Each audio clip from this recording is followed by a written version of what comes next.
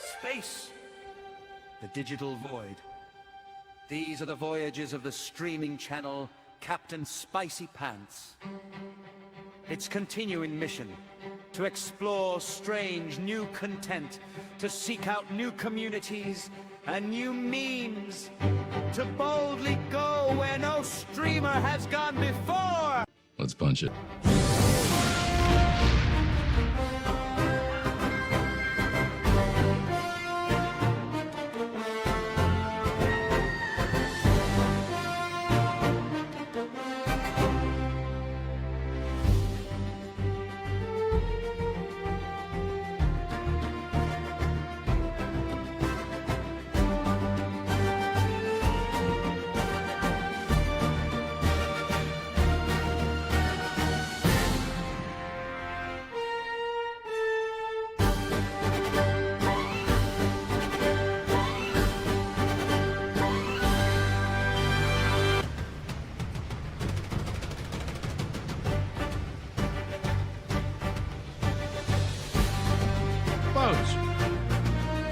Look around.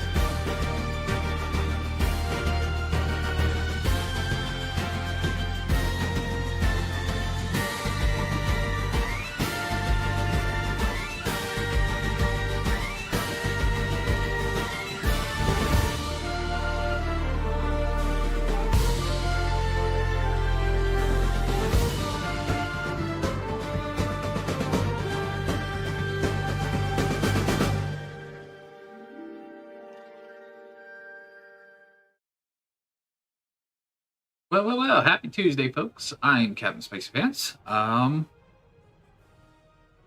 We have something. We have two things tonight. Actually, we might have multiple things tonight, but what you are seeing on screen is the Noble Intel Battlecruiser. Yes, it is already bought and done for. Don't have to worry about it. We're going to be testing this.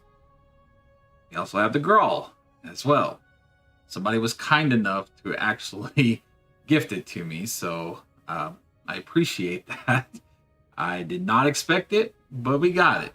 So we did cover it this morning on YouTube, a little bit just with the post. Now we have the ship.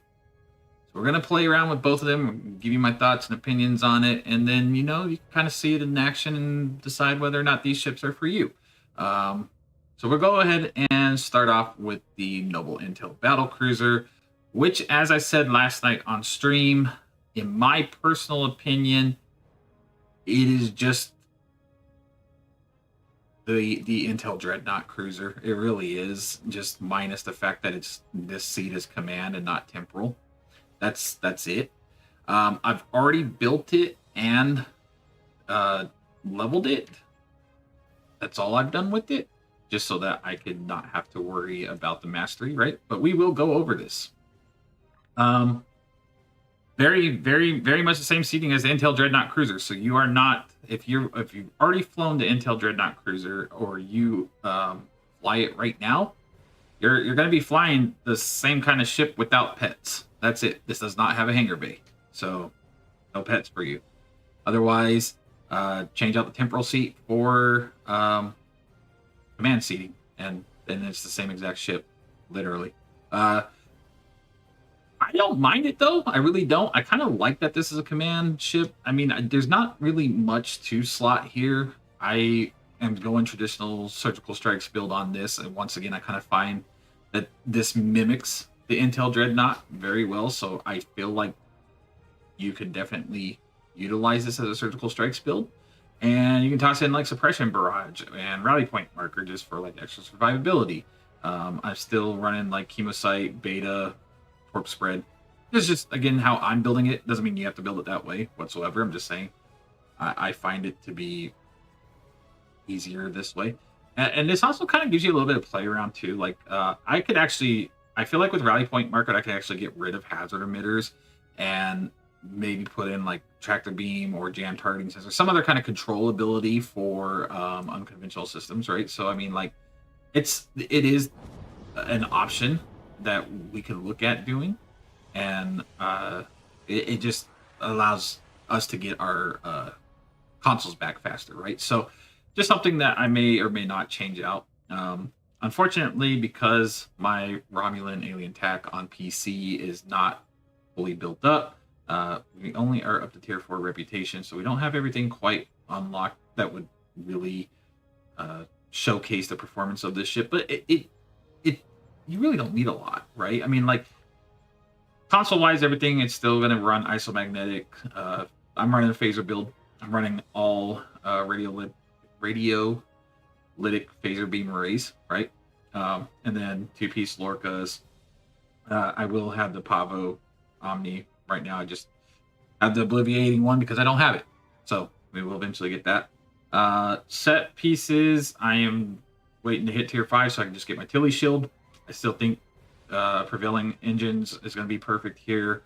Colony crit deflector dish, and then just Colony Warp Core or Tholian or whatever, right? You throw in whatever right there. There's really no set bonuses for this build. So, and then let's see, what do we got otherwise console-wise? I've been actually kind of enjoying this console, the Triptych Tactical Control node, just because of the bonuses, right? And the flight speed and turn rate for 20 seconds. With the little escorts, it's not too bad. It does have a little bit of a downtime, but it's not terrible. So I've actually kind of been enjoying it. I'm still playing around with it. Now, the console that came with the Intel battlecruiser right here, I want to just go over something real quick because I know this was a question that some people had. They wanted to know, is the typo that says plus 15 critical severity with weapons, is it 15 or 15%? It is literally 15. It is 1-5. So if you are curious about it, it does add 1-5 to this. It does not add to your critical severity. So I don't know if that's intentional or not. I don't know. Let's see, well, let me activate it. But I don't know if that's supposed to be that way, but I don't think so.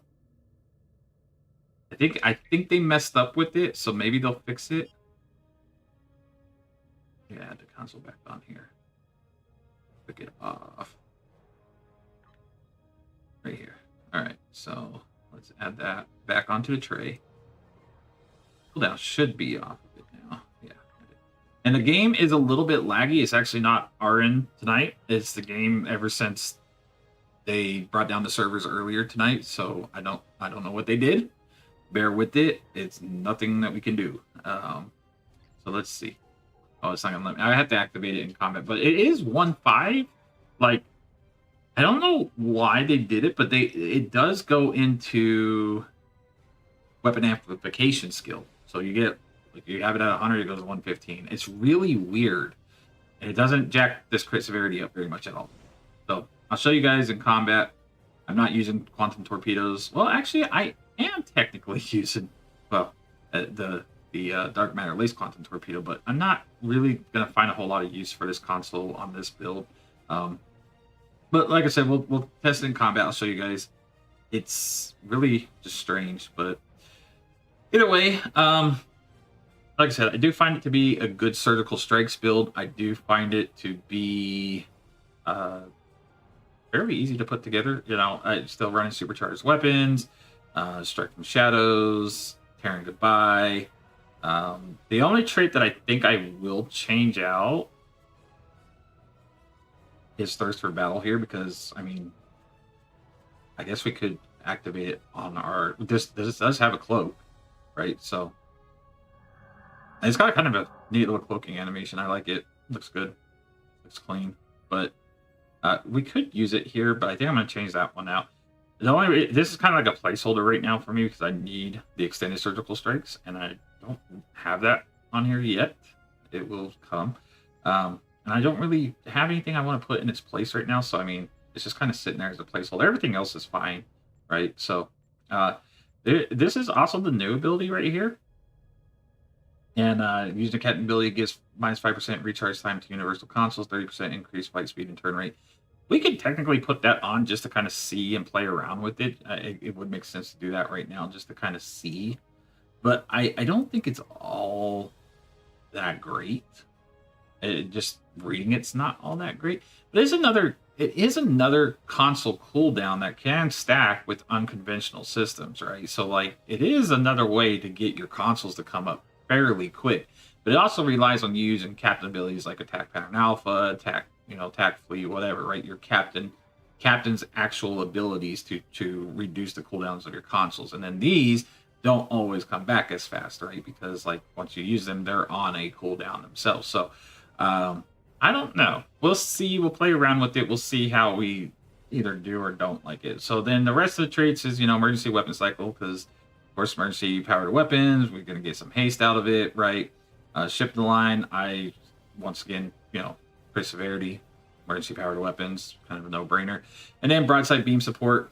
I don't think this is going to really work on this build because it's, fire at will and beam overload. So again, we'll change this one out. This was just kind of copy and pasted over. So we'll change this one out for right now. Because we haven't put a fire at will build on here. I may test it with a fire at will build and see how I feel about it. I think for right now, let's just do entwine. No, not really. We can't. I don't know what we're gonna put on here. We could do 5 magics. That would boost the radiation damage from our console and the cold damage from that. We could do that. Really nothing to put here.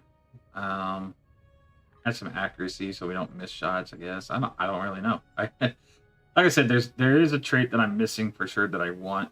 I guess we'll just put Thirst for Battle back on, right? Why not? I mean, it has a cloak. It's not a battle cloak. It's just a regular cloak. So you cannot activate it after combat or during combat at all. So it kind of does bite in that aspect. But the Sovereign wasn't ever designed that way. Yeah, all right, so we'll go take it into some TFOs and we'll see how it does, see how it performs, see if it's really as good as the Intel Dreadnought. I guess the only other thing we need to do is I hope they fixed the combat log issue from earlier. They said it was causing issues. I got hit with the issues. We're going to try and hopefully get it to pull up here on stream and then not crash it, right? So let's grab window capture and these. Let's grab the light parser. There we go. Okay, we got our parser up, so now we can kind of see just the damage output, how it's holding up, where we're at. And the Intel Dreadnought, without having everything on this ship that I want to have on it, I'm pushing about 120-ish K DPS. So, I mean, like, it's not bad at all. So as long as we're kind of in that range, somewhere in that range, we should match it or be relatively close to it. If not outperform it, I don't know. So yeah, we're going to go and we're going to put this on space only, because we want to get hopefully as much it might help if I have a combat block running too, right? So hopefully as much use out of this ship as possible, just to kind of gauge it even more. But like I said, when I flew it, leveling the ship, it's just a different version of the Intel Dreadnought. Zero, what's going on? It's good to see you. How are you, bud? Good to see you. We are testing the Noble Intel Cruiser right here on screen. We did get it early. And we also are going to be testing the Gral, which somebody was kind enough to donate to me. So I have that as well. So we're going to be testing both ships, both new ships, and get an idea of how they perform, what they're like, if they're, you know, really worth it. I'll give my opinions on it, and then just kind of go from there. Um, give me 1 second while I set up this combat log, make sure it's parsing correctly, and then we will get rolling into our first TFO. Like I said, hopefully they fixed the combat log issues from earlier today. It was kind of scary, just a little bit. What's today's date? Today's the 7th. Okay. I don't have a combat log for some reason. Interesting. You just finished your endeavors. Nice. Very nice. You are welcome to join me if you would like, if you're still on STO. If not, that's okay too. Working on finishing story. I'm almost done with the last art. Very nice. Yeah, we actually discussed that last night here on stream about, you know, story modes and missions and stuff. And basically I said, when it comes down to it, I don't have, that's so weird. I don't have combat log in here. Maybe it's because I haven't started combat yet. I might have to wait. It's really odd. Usually you just type in combat log.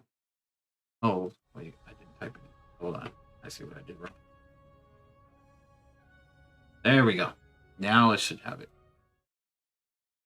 Last night we were talking about what, in my opinion, is worth as far as like doing the story, because I know a lot of people, they make a character. There it is. There's combat log. Okay, should now.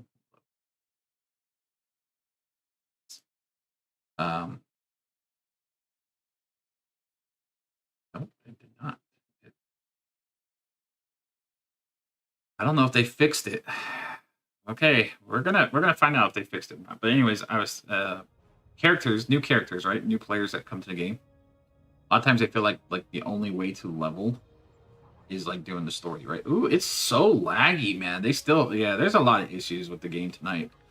Very, very laggy. But a lot of people feel like, oh, I got to do the story to level up and whatnot. And I tell a lot of people, only do the story on the character, one, your main character, so you get like all the accolades and like the gear and stuff. But two, save your story for your Gamma recruits, your Klingon recruits, your Delta recruits, and your Temporal recruits, because they require you to do the story.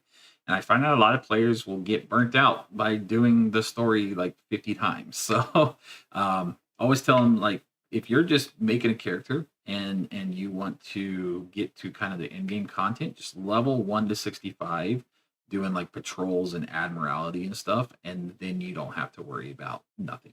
You know what I mean? So, but yeah, that's cool though. At least you're finishing up that. You probably got a bunch of the accolades and gear then if you're gone through the whole story. So that's very good. But like this character right here, I don't think I've touched the story at all. I think. Let me see. And this is what I mean, because like my KDF recruit, yeah, I haven't touched a single story on this character. I might have done a mission or two just to like pick up an item, which you can 100% do. So say you need something like right here from midnight, right? Like you can skip these and then get down to where you need to get to, and then like, you know, you can play this. But I think I was going for the Soul Defense set when I started, just so that I would have it. And now that I have it, you know, like great, but that was kind of like my beginning set piece on here. I think I ran that mission like 3 times for all 3 pieces. In fact, yeah, I still have the shields right here. So, you know, that's what I mean. It's like you can pick and choose the missions you want. You can skip all of them. What is going on with this TFO? It is taking a minute.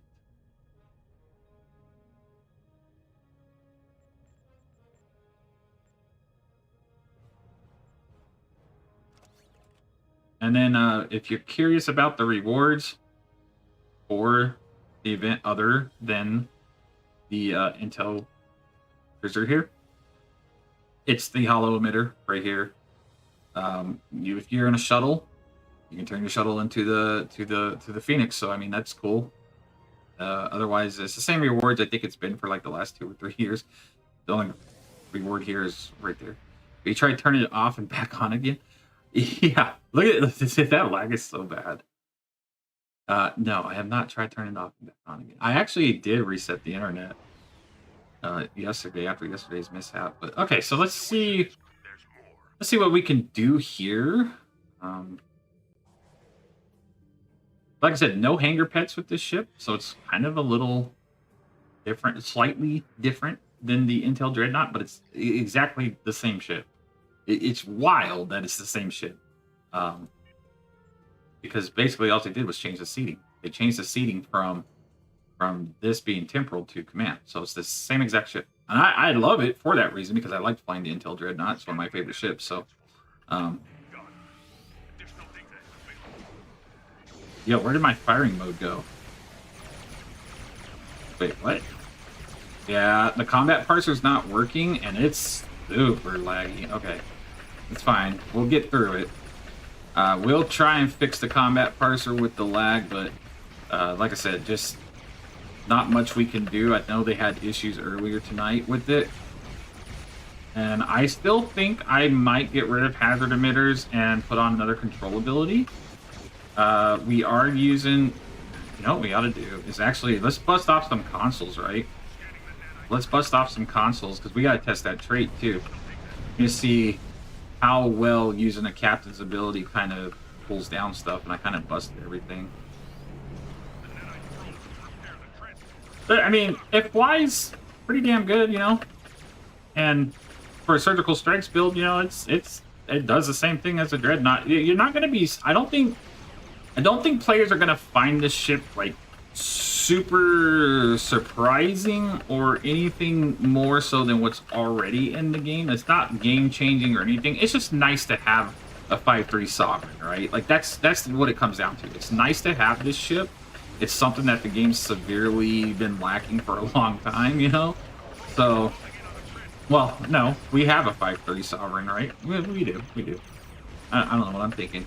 We have a legendary 5-3 Sovereign, but still, it's going to be nice either way to have, I guess, another option and make it Intel command, right? So, like I said, having, you know, rally point there kind of negates the need for. How did the board cube? Oh, damn, we're like way on top of it. I wish I could see the damn combat parser right now. Just kind of curious, like, what we're doing in terms of DPS. We'll get it fixed after this TFO run. We'll try it again. I'm just hoping it matches and lines up with some radiation damage on here. Just trying not to eat this gate. Oh my god, we're gonna die to the gateway. Yeah. Oh shit, we took so much aggro. Like, yeah, we're definitely hitting it hard. We're gonna die like that. Let me repair my ship. Oh, I don't have one. Oh, I'm outside DS9. It's okay. We'll repair our ship after this. Alright. Well, like I said, it's definitely putting out some damage, right? Because, you know, you don't die and take threat, especially if you're not in threatening stance. You don't rip it from everybody without, like, heavy damage, so... It's good. It's good. I like it. I don't know. We'll see. We're going to play around with a couple things. I see right there. I activated tactical fleet. I lost like 4 seconds off of the that console, right? So I mean, it's not bad.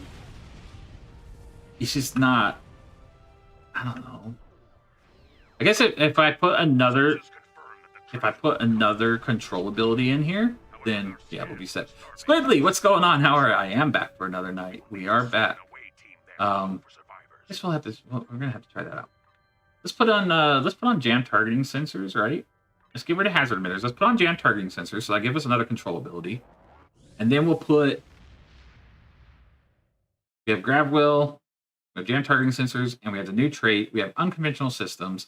Let's see, like, if we can get our consoles to kind of reel back a lot quicker, right? So if you're looking at 5% cooldown reduction plus like other cooldown reductions with unconventional systems and like control abilities, things might become a little interesting as far as popping off consoles are concerned. So, what's up? You know what?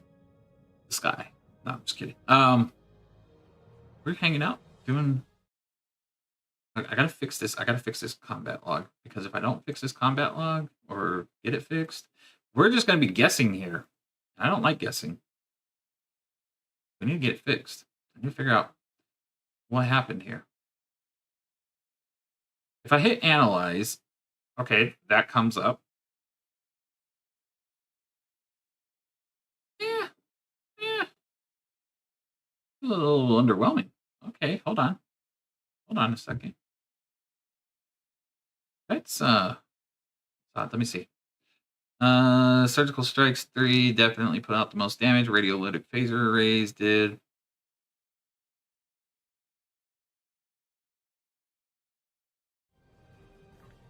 Why did it say full broadside? Didn't we take that trade off? We did. Oh, it's from the console, right? From the console full broadside. Wow, that put out a lot of freaking damage. Yeah.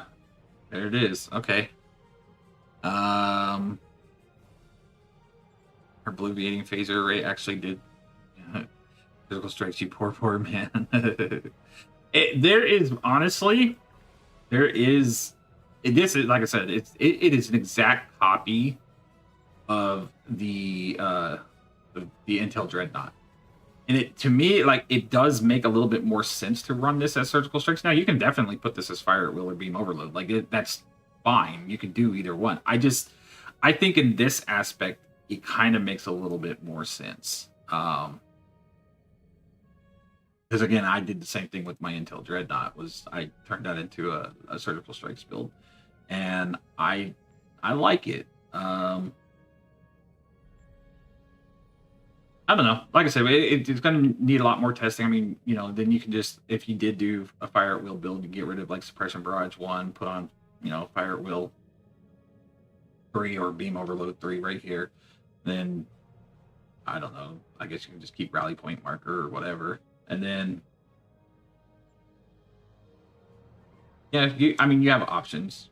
You have a lot of options. I guess that's a nice thing about this too, is like you can kind of be a little versatile here. But we'll see. Do I really not have jam targeting sensors trained on that one? I don't. Okay, that's fine. We'll just throw a tractor beam on. I just want to play around with the control aspect of it, plus the trait. I just want to see how quick or not quick, I guess, that we can get the cooldowns reduced on these consoles. Because if we can, get it to where I guess it pops off enough. Like if you manage your control powers and your captain's powers like well enough, I suppose, then we could we can really gauge and see if like this trait has a place. I don't know. But all right, let's go jump into another TFO. I think we fixed the combat log issue. So we'll see. We're going to jump into another TFO. We'll see how these two traits and everything work together. And if not, I think that might be where the hit and DPS is going, because you are sacrificing something, damage-wise or whatnot, just for this specific trait. And 5% recharge time is really not all that much. I mean, unconventional system gives you 7%, right? So I mean, like, I think it was only like 3 or 4 seconds when I activated alpha and I watched the console pull down. So it was only like 3 or 4 seconds. But if these two stack together, right? So 7 and 5, that's 12, right? So I mean, 12% recharge time on it, maybe. We'll see. We will find out.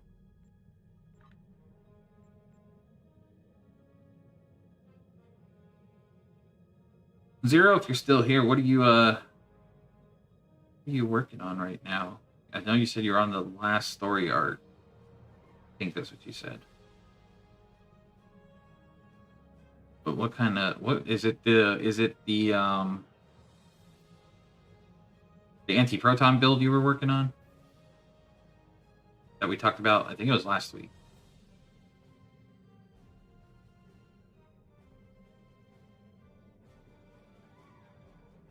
Big issue with this tracer that you use most of your captain abilities to generate a large alpha strike before you say, yep. Yep, I agree. I agree with that statement 100%. And you're absolutely right because like if you're going up against like I don't know, let's just say infected space, right? You're going up against that big tactical cube, right? You're really just ready to drop it. And then as soon as you go in, you're gonna alpha strike, you know, you're gonna alpha, you're gonna attack fleet and everything, right? And then you're gonna unload everything all at once. And then these go on a cooldown. So I mean like you're kind of it is a weird trait because like it's exactly I don't know how to pronounce your name. I don't know if it's Cheops or just let me know if I butchered your name. But exactly like you said was you're gonna bust a lot of your captain abilities even before you start using your consoles because you're gonna buff up even those consoles, right? Like no matter what you're using, whether it's the radiation console or if it's broadside, whatever, you're gonna use those consoles on your opening. I only find this being like actually this is a perfect example of what's about to happen. I'm gonna go into here. I didn't even we got energy weapon system damage. Anyways, I'm gonna go into here, fully buff up. I'm gonna fire off broadside with dilithium transporter dispersal, right? And so I'm just gonna fire off everything all at once, like fully buffed up, try and take out as many cubes and stuff as possible, right? Like that's kind of the idea that you would do on your opener. So the question then becomes is basically your tactical initiative, right? To like start reducing everything else. Is that gonna be like really worth it or not? Because like, I don't know. I just don't know like where this trait, let's get all the way buffed up. All right, let's go into here, fire off all this good stuff, drag all this through. There we go. And we're still not getting the parser to load. I don't know what is happening. I will just have to pull up the damage logs afterwards. I think they didn't quite fix all the issues from earlier today. Holy shit, we are gonna die. Dude, we pulled everything. But that's what I mean. Like, you buff up and then you go through and you just unload. I wasn't even paying attention to my life. I was looking at the parser. But either way, yes, that is exactly the problem with this trait, right? So then now if I hit this, like I hit tactical initiative, these are on 2-minute cooldowns, right? So it dropped it like a hair. It didn't even drop it very, very much at all, right? So like that's done for. If I go over here to like a sphere or cube and then, you know, I'm going to hit them with a grab well or the, you know, tractor beam or something. And then, yeah, that's going to drop it a little bit more. But like, I don't know. I think this trait's kind of silly the way they put it together. I wish they would have chose something else to like activate it. And then maybe, you know, but to actually like, how did our alpha come back so quick? That was interesting. But yeah. The only captain abilities that should be left after buffing before you start shooting is brace for impact and maybe evasive, but that'll like yeah, exactly. So like I said, it's like you don't really have a whole lot to cool it down. And if you're only dropping about three seconds off of your consoles, if you have only those two abilities off of there, 6 seconds off of a 2-minute console isn't really all that great. It is something, but it's not all that great, right? Why am I still watching that cutscene? Holy shit! What the hell? That's what I get for talking and not paying attention. But yeah, if that's the case, right? It's really just not worth it in the end. Like it's just not. Like I said, I wish they would have done something different with it. Because like all of our shit's back up, right? So we could just, you know, fire off all these wonderful consoles we have and not feedback pulse ourselves. But that's my only, I guess, chief complaint about this trait is there's not a whole lot of room. There's not a whole lot of room to utilize it, at least in most TFOs.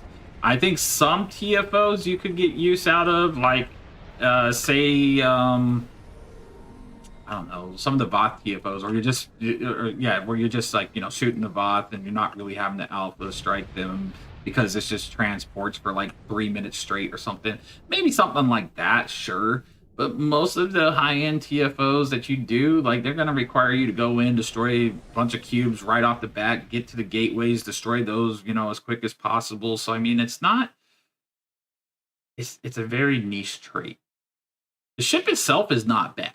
It's just the trait is kind of lackluster, and I think the console's very lackluster. Not a huge fan of it, so... But, overall, it's not bad.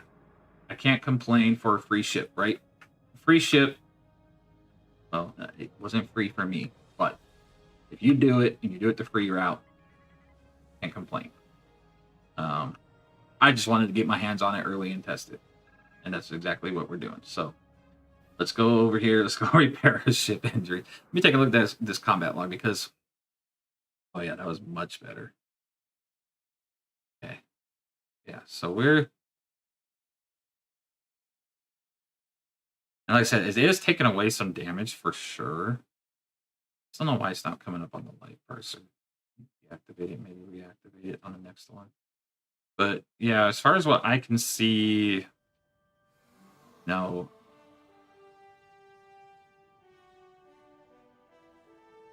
Might want to try and build it as a fire at will boat too, just to kind of get the best of both worlds, right? Then we can use, you know, other traits like broadside and whatnot. So we can build it as a fire at will build, see how we like it, see which one. I think I'm just more or less convinced because this is the Intel Dreadnought without the temporal seating. It's it's a clone of it. I think I'm just more or less convinced that it was always meant to be surgical strikes. But I think you can still make it work. I don't know where I'm going. Just kind of like running around. I'm trying to go over here and heal my ship, but I think I passed it like 3 times. There it is. Oh, look at that lag. Oh, wow. Okay, so we can try and see how we want to do this as a... Bro, I'm not even there. Incredibly solidified with a beautiful skin and still put out 2 clusters. So I'm calling it a win. Yeah, it's a definite, like, I think it's a great ship. Like I said, I think the trait is just a little lackluster. The console is a little bit but it is still overall like a good ship. It's not a bad ship whatsoever. Jeez, man, what is going on with this? Okay, we gotta get off of DS9. It's so laggy. It's bad. It's really bad. Like, I'm rubber banding everywhere. I can't even control my character. That's wild. All right. Let's see. Let's move around some of the seating. Let's see if we can't turn this into a fob boat and see what we like with it. It's here. I think I'd have to move these 2 around. No, because it's not command. I had to go pick up Fire Will 3 for this. Yeah. Yeah, I'd have to pick up Fire Will 3. Because then I would get... I don't even really know what I would put here. That's the thing. Like, I wouldn't know what to utilize as far as command is concerned. Or I could change out... No, I don't want to go 3 tactical. That'd be really ridiculous. I think I'll just keep this... I might just keep it rally point and do... We got beta, we got chemo site. So no, we can't even do rally point because we would need cannon scatter volley, right? Or something, right? So that we could ooh, this makes this see this is the part that makes this command station just about as useless as the temporal station on the Intel Dreadnought. If you do turn this into a fob boat or beam overload boat, there's really no reason to use command. Like, yes, you could put concentrate firepower on there, right? You could do that. But otherwise, like, yeah. And then over here, I would just put RSP3, right? Put RSP3, put the RSP duty officer on and leave that as is. So that would be fine. I wouldn't need surgical strikes. That would just give me a little buffer to survivability. I don't think I'd run any other Intel abilities, to be fair. I don't know if I don't think I would double up engineering. I think I would still keep this science here just for unconventional systems. So let's go to Earth Space Dock. Let's see if ESD is as laggy as DS9, and then we'll see. Best thing to do with that command C is ignore the command. Yeah, that's kind of where I'm at with it, and that's why I like. If you do build it, fire at will, beam overload, it just doesn't make sense. It doesn't make any sense whatsoever to put anything in there for command. So, and that's fine because I do the same thing on Intel Dreadnought. I don't put anything temporal in that slot. So, it is what it is. But we shall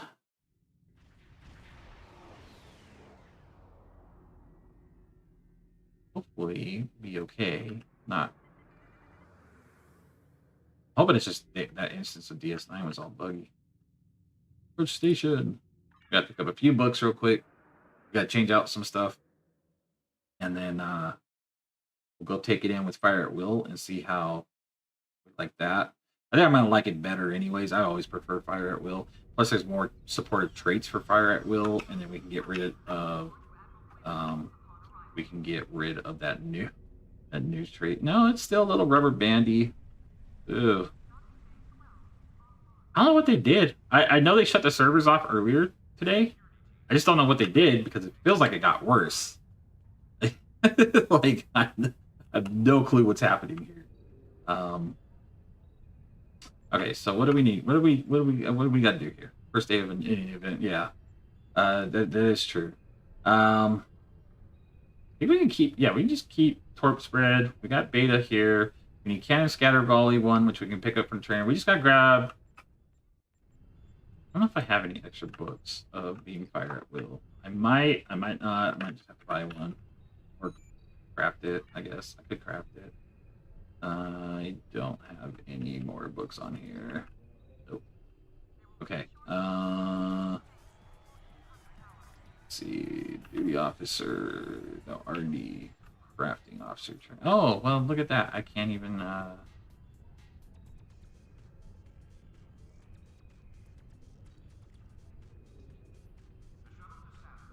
Really not have any fire. This one. Nope.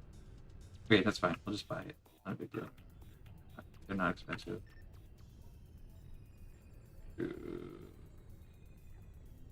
Manual. Back. Quality. Rare. Give me. Corpse Red. Fire at Will 3. There we go. Go for that one. Alright. Throw that on who was in that suite? I think it was Tobin, right? Yeah, he's in that seat. Okay. Throw that on here. Learn this. Give me that. Put that in place here. Do we have oh, should just apply a freaking elite what's it called? Bridge officer training thing to him, and I'll have all of it unlocked, but I don't have any more. Use them all on it's okay. This one's slowly being built up, so that's all that matters. Dude, I can't access anything. There, there we go. I'm actually surprised it didn't pop up like 4 times. Forgot what I said I was going to grab. Oh yeah, cannon scatter volley. Let's grab that. All right, let's change around our traits to for all the goodness of fire at will. I don't think we have to change anything else. Well, we need to give him. I don't think we have to train anything else. Pretty sure we have everything. Where is cannon scatter? All right, stations. Let's do fire at will 3. Let's do cannon scatter volley. There we go. Yeah, and then put RSP 3 back up here. There we go. Change around duty officer to. I like override subsystem safety. It's just extra power, especially with the isomagnetics. So I'm gonna keep that. Yeah, it's pretty solid. All right, let's go to traits. You know what? Let's go into space and change these, just because it gets a little funky sometimes. With the lag, I don't trust anything. I'll adjust a trait and go into a TFO and it'll be gone. So we'll go into space. And then we'll put it all for fire at will. We'll go test that nonsense. I think I'm gonna like it better. I'm almost certain I will. It's just the only like the surgical strikes has its place on right ships. This is the right ship for it. It's just I prefer fire at will. I don't know why. I just like hitting a bunch of things all at once, and plus I like almost have 100% uptime on fire at will, right? So I mean, in my opinion, that's the way to go for me. But like I tell other people, you know, play what you want, do what you want. It's your ship. You did the event, or you spent the money. You build the ship the way you want to build it. Okay, so we need fire at will. Chemo site. That go onto the bar? It did. It's just low. All this over one. Let me put a can of scatter volley there. Then we need to we change out traits, right? Did I change any other powers around? Oh yeah, RSP. Where's RSP at? We need our RSP. That's right. We got rid of okay, yeah, that's right. All right. Traits. Let's go and get rid of this. So again, not my favorite trait whatsoever that they've ever released, but it is what it is. So we're going to play around with it. We're going to run broad beam support. And what was the other one that I changed out earlier? I changed out something else. Got emergency weapon cycle on, ship line, shadow, supercharged weapons, tearing goodbye. I could change something else. Oh, yeah. Target rich environment. There we go. Okay, there we go. So now we have our fob build on. I might not have even changed the duty officers. Let me double check. I don't think I changed them from. They might all still be the same. Personal. What is going on? Roster. There we go. No FA extender. I don't believe so, no. I got beta, crit chance, crit severity, energy weapons, con officer. Yeah. Why do I have a gravimetric scientist here? What the hell?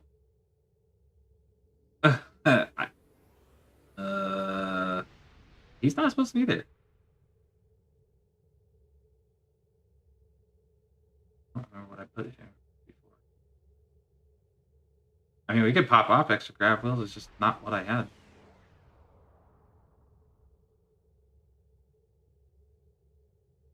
Oh, I think on my other one I was running beam overload, and I had this one. Maybe. Oh well. Yeah, we don't have any board duty officers over here yet. It's fine. You can stay right there. I mean, these are the most important ones anyways, so okay. Okay, so let's save this. Let's do this as fire at will. And let's see. Alright, we got it saved. Alright, now let's go see how this does. I feel like it's gonna be a lot better. I don't see any reason why it's not gonna be a lot better.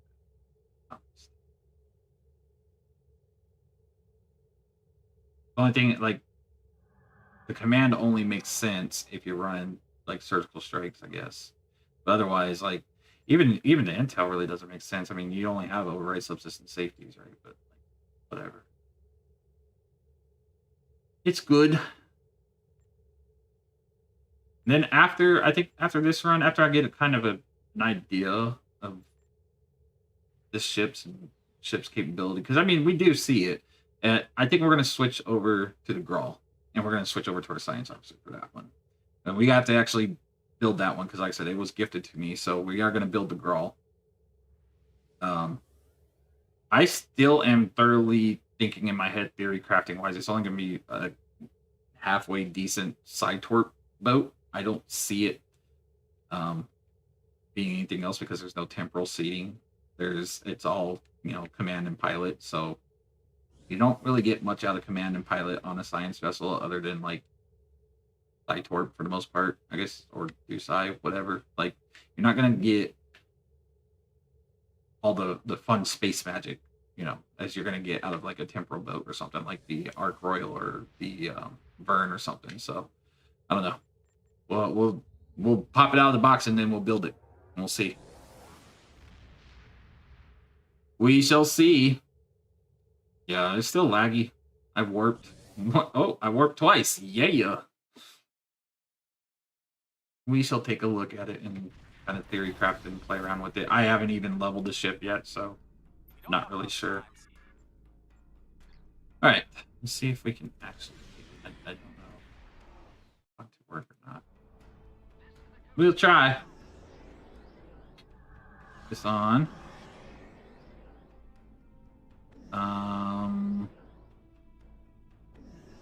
Yeah, something like this first group, right? Like you would buff up for. Then you go and activate the satellites, and then you wait, right? So like that trait doesn't make sense in this scenario. But afterwards, when you're fighting the large groups of enemies, like a lot of times you can just sit still, right? Like you can just sit still and just like broadside all the enemies down and whatever.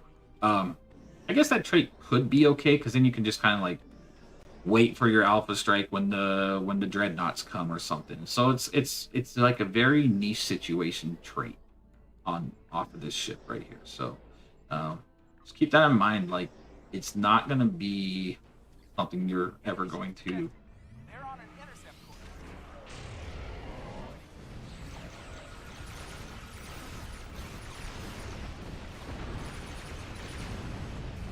Yeah, still no, nothing, but jeez, everything just got blasted so quick. It's really laggy too.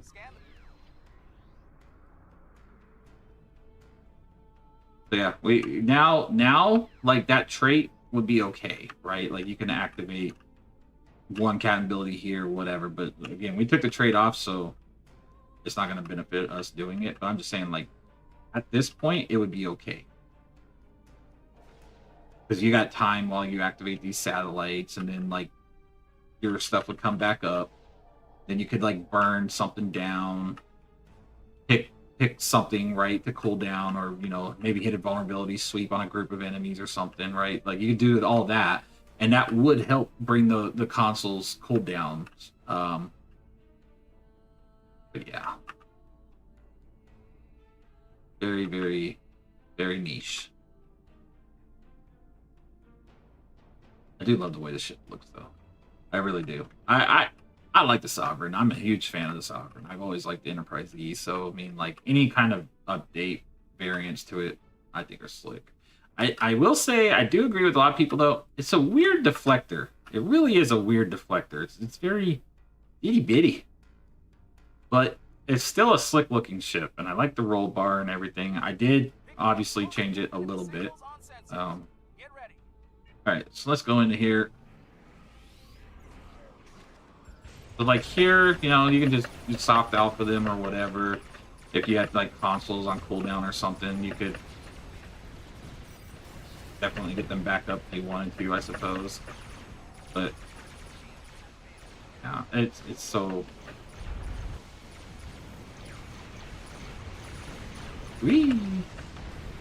It flies a lot better too than Temporal Dreadnought. That's the other thing I'll give it. I'll give this ship a lot of credit where it flies so much smoother than the Intel Dreadnought, right? The inertia is better and everything else. So I mean, like, if you don't like flying that bulky Intel Dreadnought, which I do, I like the Intel Dreadnought, but I think I more or less like it just because of aesthetics.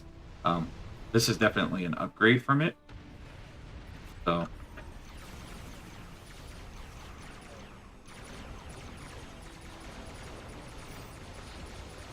Give me some control abilities. Let me get my consoles back, please. Thanks. Yeah, so right here, like that trait would be perfect. Oh my gosh. Bruh, my survivability. Just a baby. Just a baby Romulan.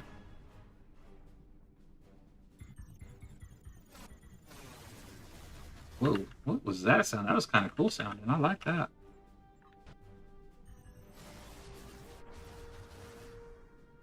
I don't know. Is that the game tripping out? Or is that like intentional? That's wild.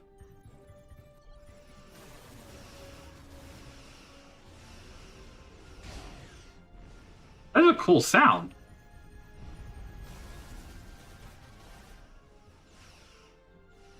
It is though. It sounds like somebody's like hitting a pad or something. I don't know what that is. To be fair, I don't always have the sound up too when I play, so I be hearing stuff like a little bit different. Okay, yeah, so we're not gonna get this combat log to work tonight. I don't know why.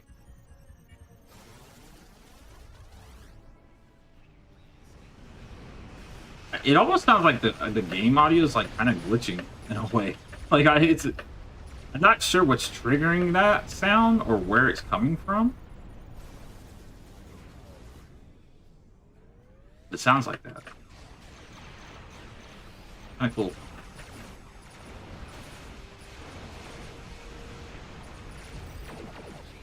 Whee!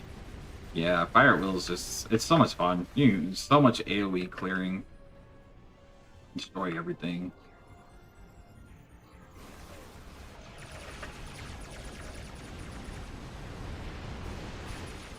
Whee! Why did I hit RSP? I meant to hit that. I fat fingered that one.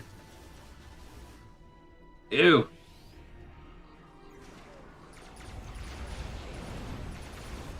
Yeah, unconventional systems is just so nice. Really wish they would have coded that trait a little bit better. Oh yeah, and this thing is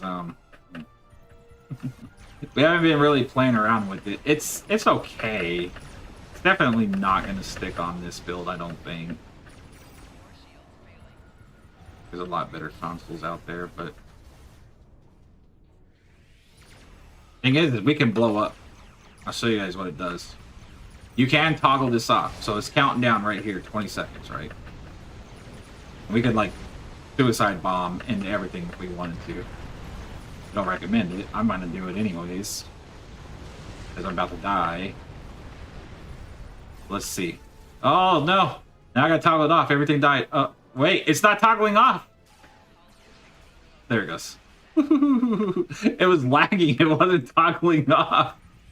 Anyway, so you can self-destruct. And you can run into a bunch of ships, but everything's gonna die too quick on here anyway, so we probably might not be. I can take it into like a patrol or something. It's just kind of cool. I don't think there's anything that can increase the damage of it, at least not that I've seen. I think it's capped out at like 500% warp per breach damage, so like whatever you do with your warp per breach is what it's gonna bust out anyways. But it's still pretty neat looking, like when it happens. But yeah, you can cancel it. As long as you cancel it, you're good. If not, you're gonna blow up. I don't remember if you get an injury or not. You might.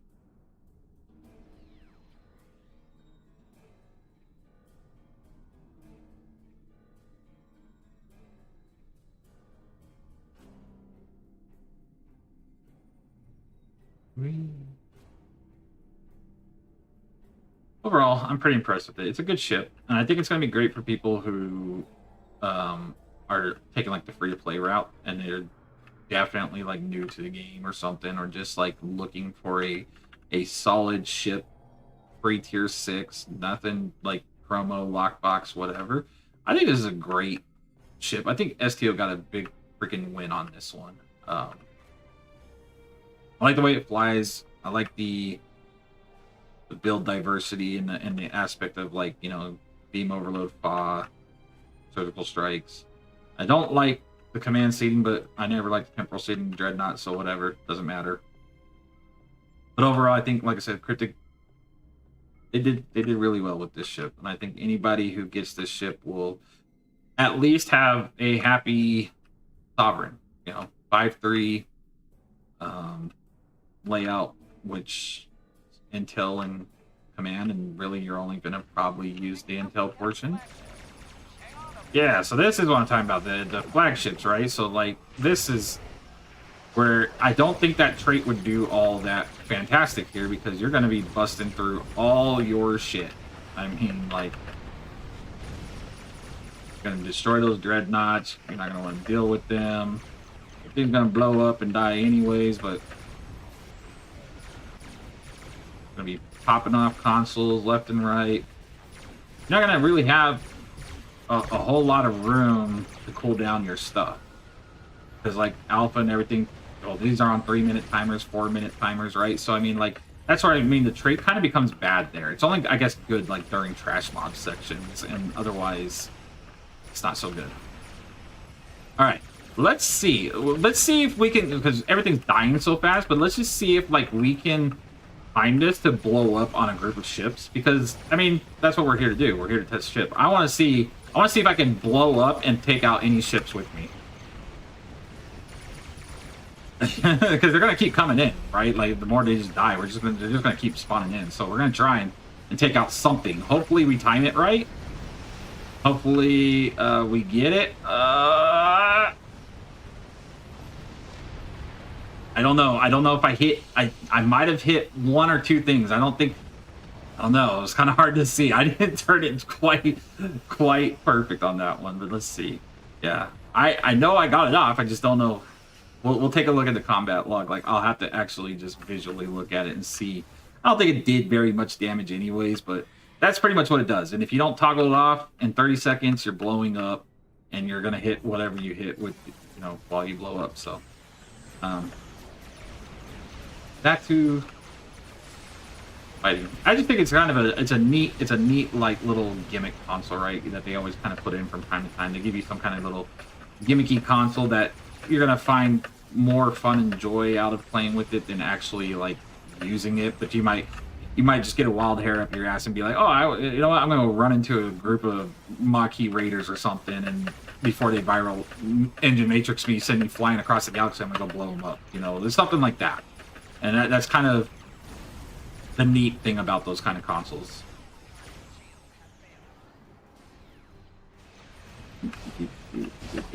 Blow up, blow up, blow up.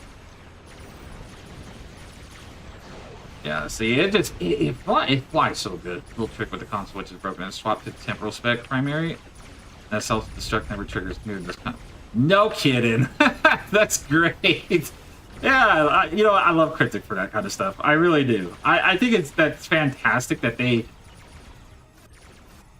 always find something, right? Like, they always find something, and I'm not knocking the team whatsoever. I'm not trying to be mean about it. It's just like, they always find something that, like, they either overlook or they don't test internally enough, and then, like, the community finds stuff like that, right? They find stuff like being in temporal spec. You know, I didn't even think about that, like, with temporal backstep, right? Like, yeah, that's actually a kind of a funny thing, to be able to do that and then never trigger it off. So, do you get the warp core explosion itself? Like, you can actually trigger the damage from it, but you don't die? Is that what it is? Oh, you said that self-destruct, like, the self-destruct doesn't trigger. I'm saying, like, do you trigger the explosion, though? Like, you don't die, but does the explosion still go out? So, that's, like, kind of funny.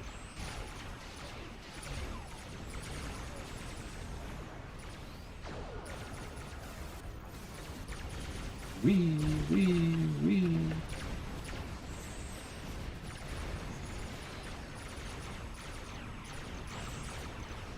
Not sure, but explosion does piss it. Yeah, it does. I noticed that too. Like, it doesn't really hit all that hard. Like I said, it's just more like a fun gimmick console that you would just find in those scenarios, exactly like what you were even talking about. You know, just you want to go mess around and just either blow up or don't blow up. Take out a group of ships with you, I guess. Maybe on normal, like normal difficulty, I guess it would.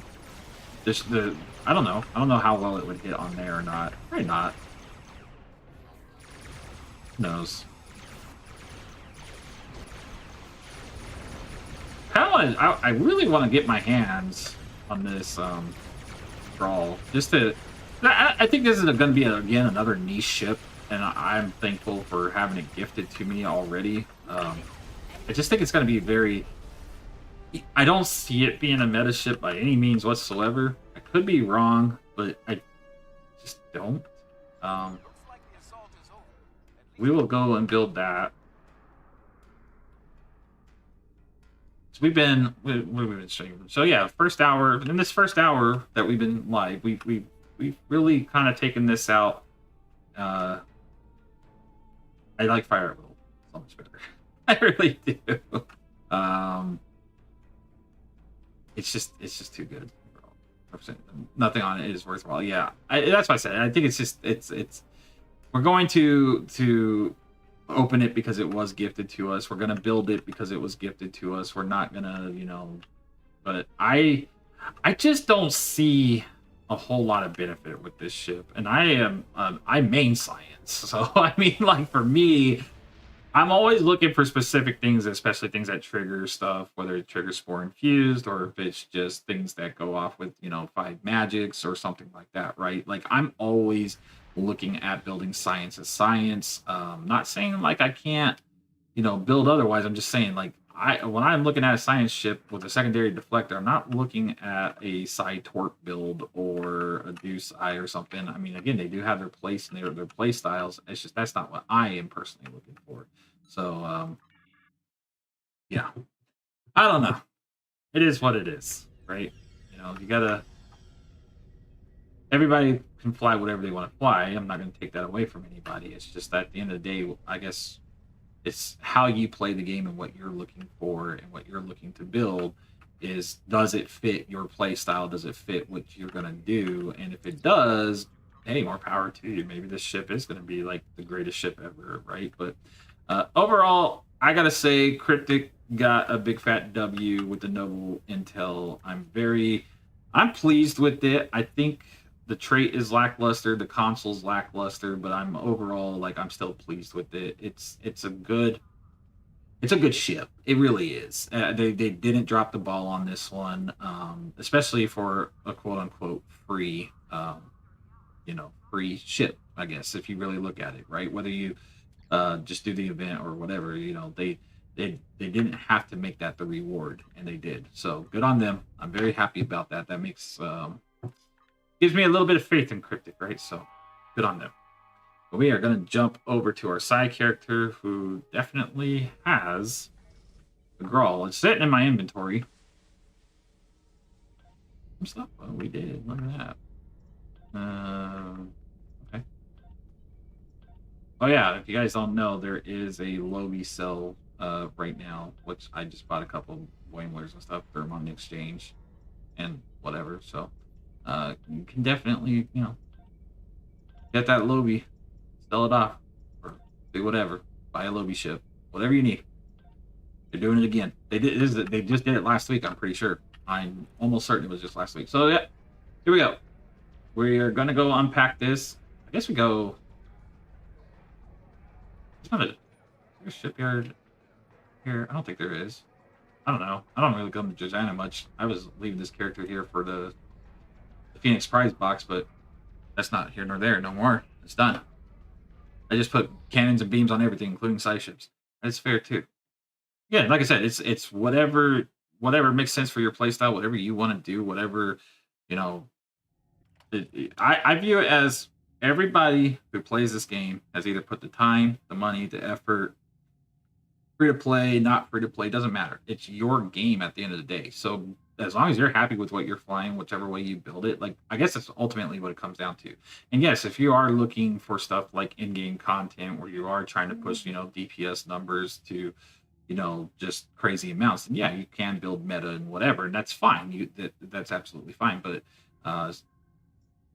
for the cases, like I said, for me earlier, is like, I fly the Arc Royal pretty much religiously. I every so often I'll jump over to the Vern or even like the Nicole Damosh just for like PvP purposes.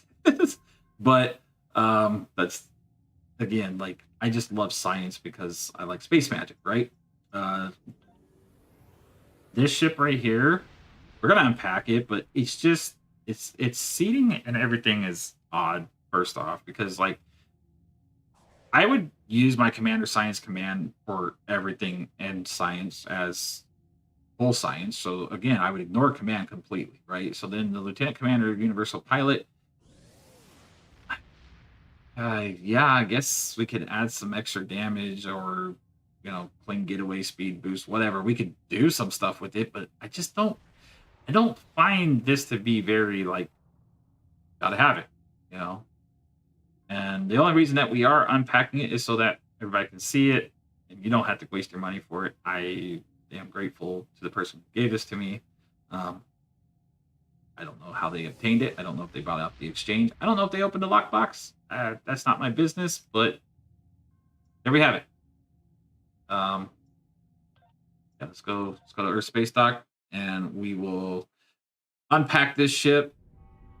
And it's fine. We have T6X2, or we have experimental starship upgrades from the Phoenix event, so we'll T6X2 it, even though I don't want to, but we will. We want test it to its maximum performance. Where is it at? There it is. So, oh yeah, they're in the bank. I gotta grab them.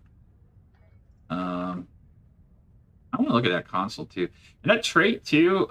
I'm very curious about all the photonic abilities that trigger that trait, because as far as I'm concerned, there's only 3 photonic abilities, and one of them is a bridge officer, or is your captain ability, photonic fleet, and the other 2 are bridge officer abilities, photonic shockwave and photonic officer.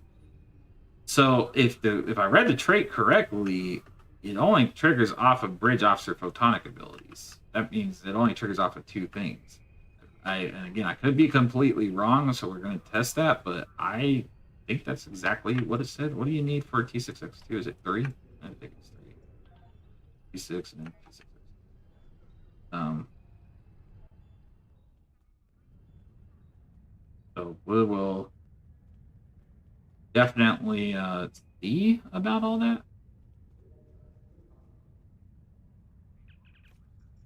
Okay, let's go down to you. Upgrade.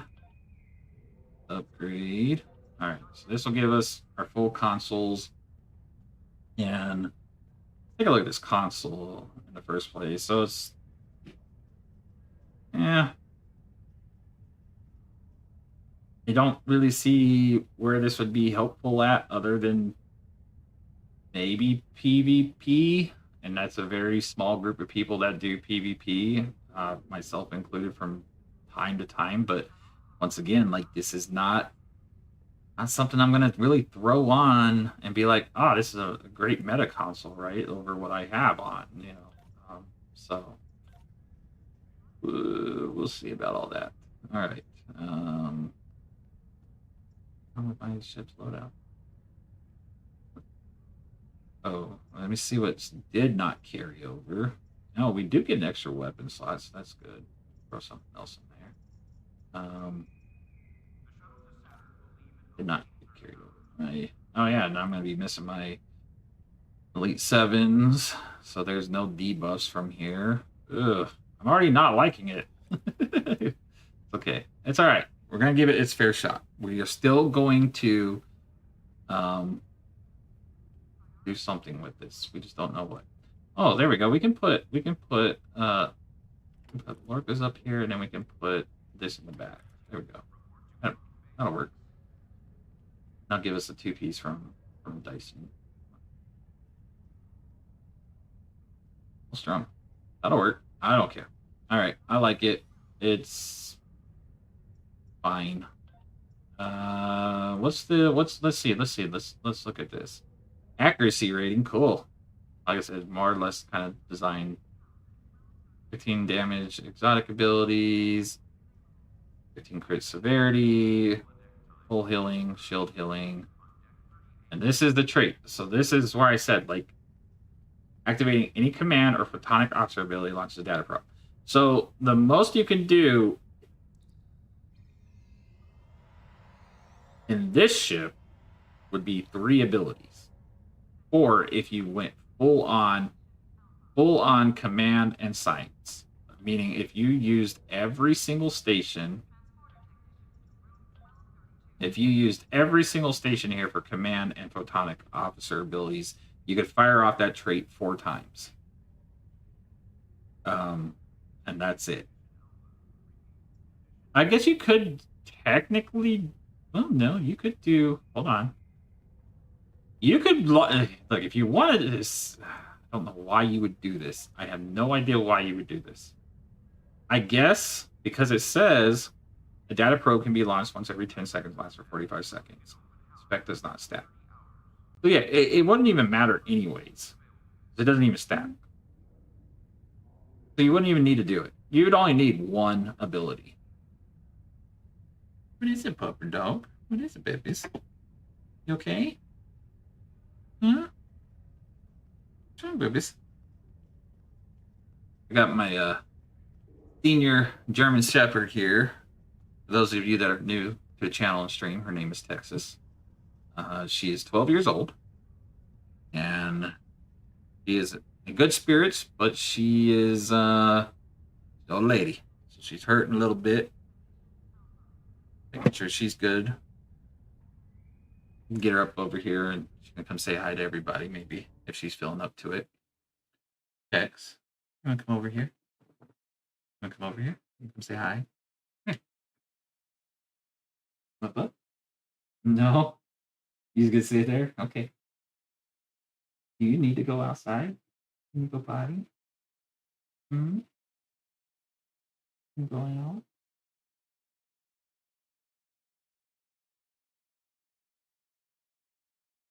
Let's do that. Let's do that. Here's the thing. I'll keep the ship here up on screen for y'all. And then I'm going to take her out real quick. So we'll be back in like 5 to 10 minutes. And then that way we'll leave it up. I'll put it up over. Do this. Yeah, that way y'all can see the layout of it and everything else. We'll leave the mouse highlighted over data breach. People can read it, whatnot. And then we'll come back, we'll build it, we'll take it out and everything else. But let me just make sure she's good.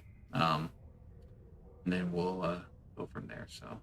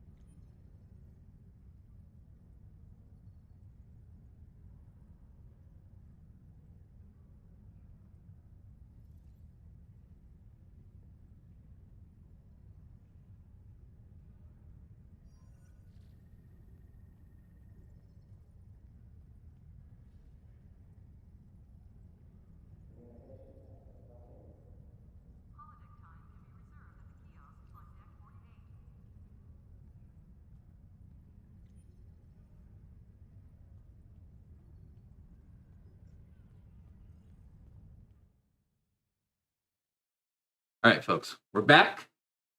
This is Tex. She is waiting for one of these. Spoiler, it's not a shot caller. Anyways, we're gonna get to building this ship. We're gonna see. I gotta get out of the mindset of like trying to build this as a traditional science ship because it's just not gonna perform as a science ship. So,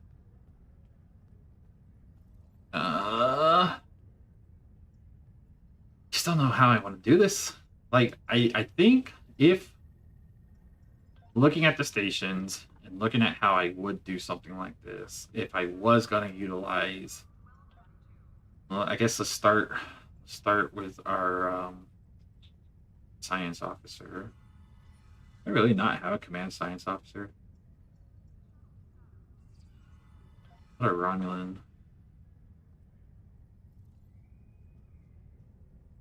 So make them, I guess, command. I just don't see me using this as command.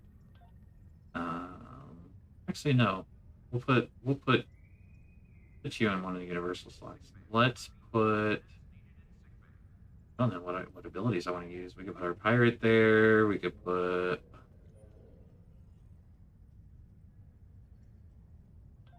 Okay, so yeah, typically I would run Grab Will, 30 Titan's Rift 2, Photonic Officer, Structural Analysis, right? But like, I think of how I would incorporate. We do have Arlene here for pilot, which the 3, I guess. What else do we have? Well, we got Flyer part, right? So we could. I guess we could run Flyer part. This one has all the base bridge officer abilities because it's got an elite officer training token on there. So I'm trying to think like how I would even set this up. This is the bad thing about this ship is like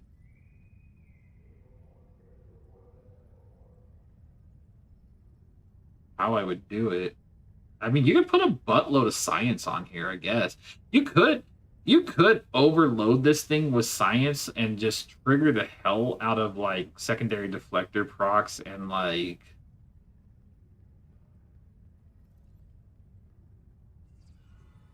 it's all universal. Everything's universal here except for this slot. So I mean, like you could do that. I don't know why you would do it, but you could. You could just go straight science on here. Oh no. Hermes is there, right? So you could just go like if you wanted to trigger as much secondary deflector, spore infused anomalies and everything, you could just go and utilize every universal station with like all of your science officers and put like all your triggers on there for it, right?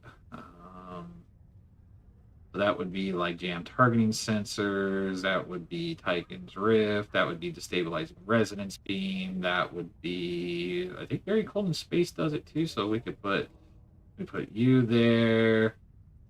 You can just go all out. And then like unconventional systems, right? So then you can load up on control abilities for days too. So like that is kind of a neat thing if you think about it in the terms of just purely science, right? You could just I don't know why you would ever build this way.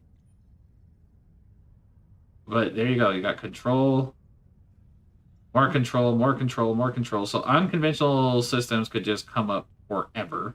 You would never not have it. And there's just jam targeting sensors, right? So on the instant station. Like it's the goofiest setup. And it might even work, who knows? I guess, maybe. I would never run it this way, but I'm all for playing around with all this universal station, I guess. Yeah, you put on torch spread 3 with chemocyte lace weaponry, flyer part, give yourself a little bit of extra, damage, I guess, and flight speed. It is bonus all damage, so it would just add to all the spores procs and everything. So I mean, you really could utilize it this way. You could just go raw science, make this like a raw science / tort build, I guess, without anything in here for command, because I mean, you could maybe put something here, right? And you could put like photonic officer here or something like that, and then you could put concentrate firepower, I guess, as your one command ability. Why not? Um,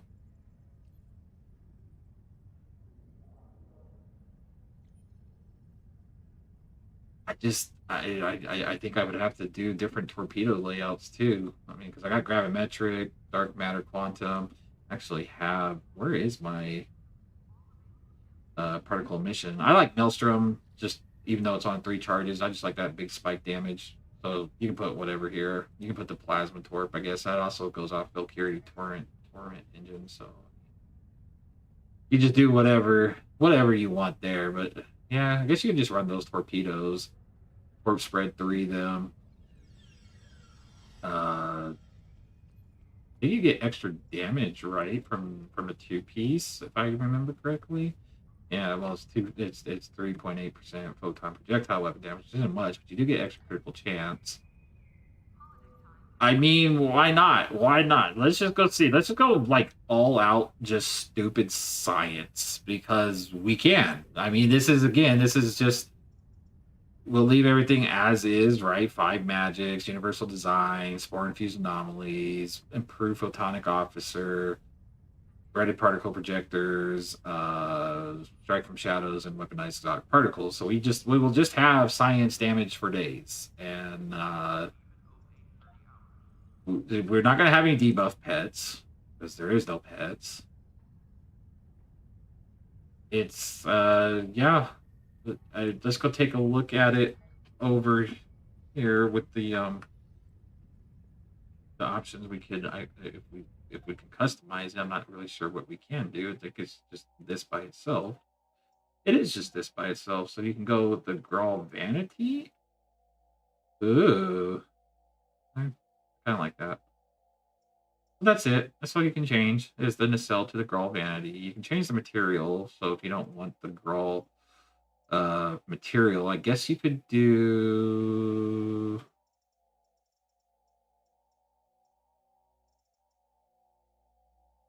I kind of like that with the I kind of like the it's yeah, it's Discovery era. Yeah, I kind of like the way that looks. I dig it. It's fun for space Barbie purposes. So that's what we're gonna do. Okay, so let's do that. And then I guess we'll go level up the ship and just see like what kind of sciencey stuff we can pull off. Which means we should have. Let me see how many unconventional rocks we can get here. So we have Gravwell, we have charge particle burst, we have jam targeting sensors, we have a tractor beam. That's 4. I don't believe Very Cold in Space triggers it. Could be wrong. I think structural analysis does. So that's 4 or 5.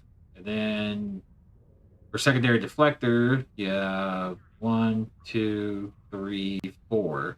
So you do have kind of a balance between unconventional systems and secondary deflector procs. I will give it that. You do have a balance between those two with like, if you were just to go all out Scion here with like a torp spread, a chemosite, and a flyer part.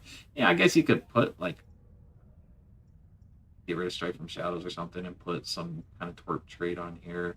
Or you get like half bit, ceaseless momentum or advanced precision guided munition, something like that. Well, no, you would have to have a firing. Well, no, yeah, that torp spread counts as it, but you could put some kind of torp trait on there and I guess do that. Or we could put by the book and extend all of our anomalies because now we're running Very Cold in Space, Titan's Rift, and Gravwells. We could plot that. I mean, you do. I guess this thing is kind of like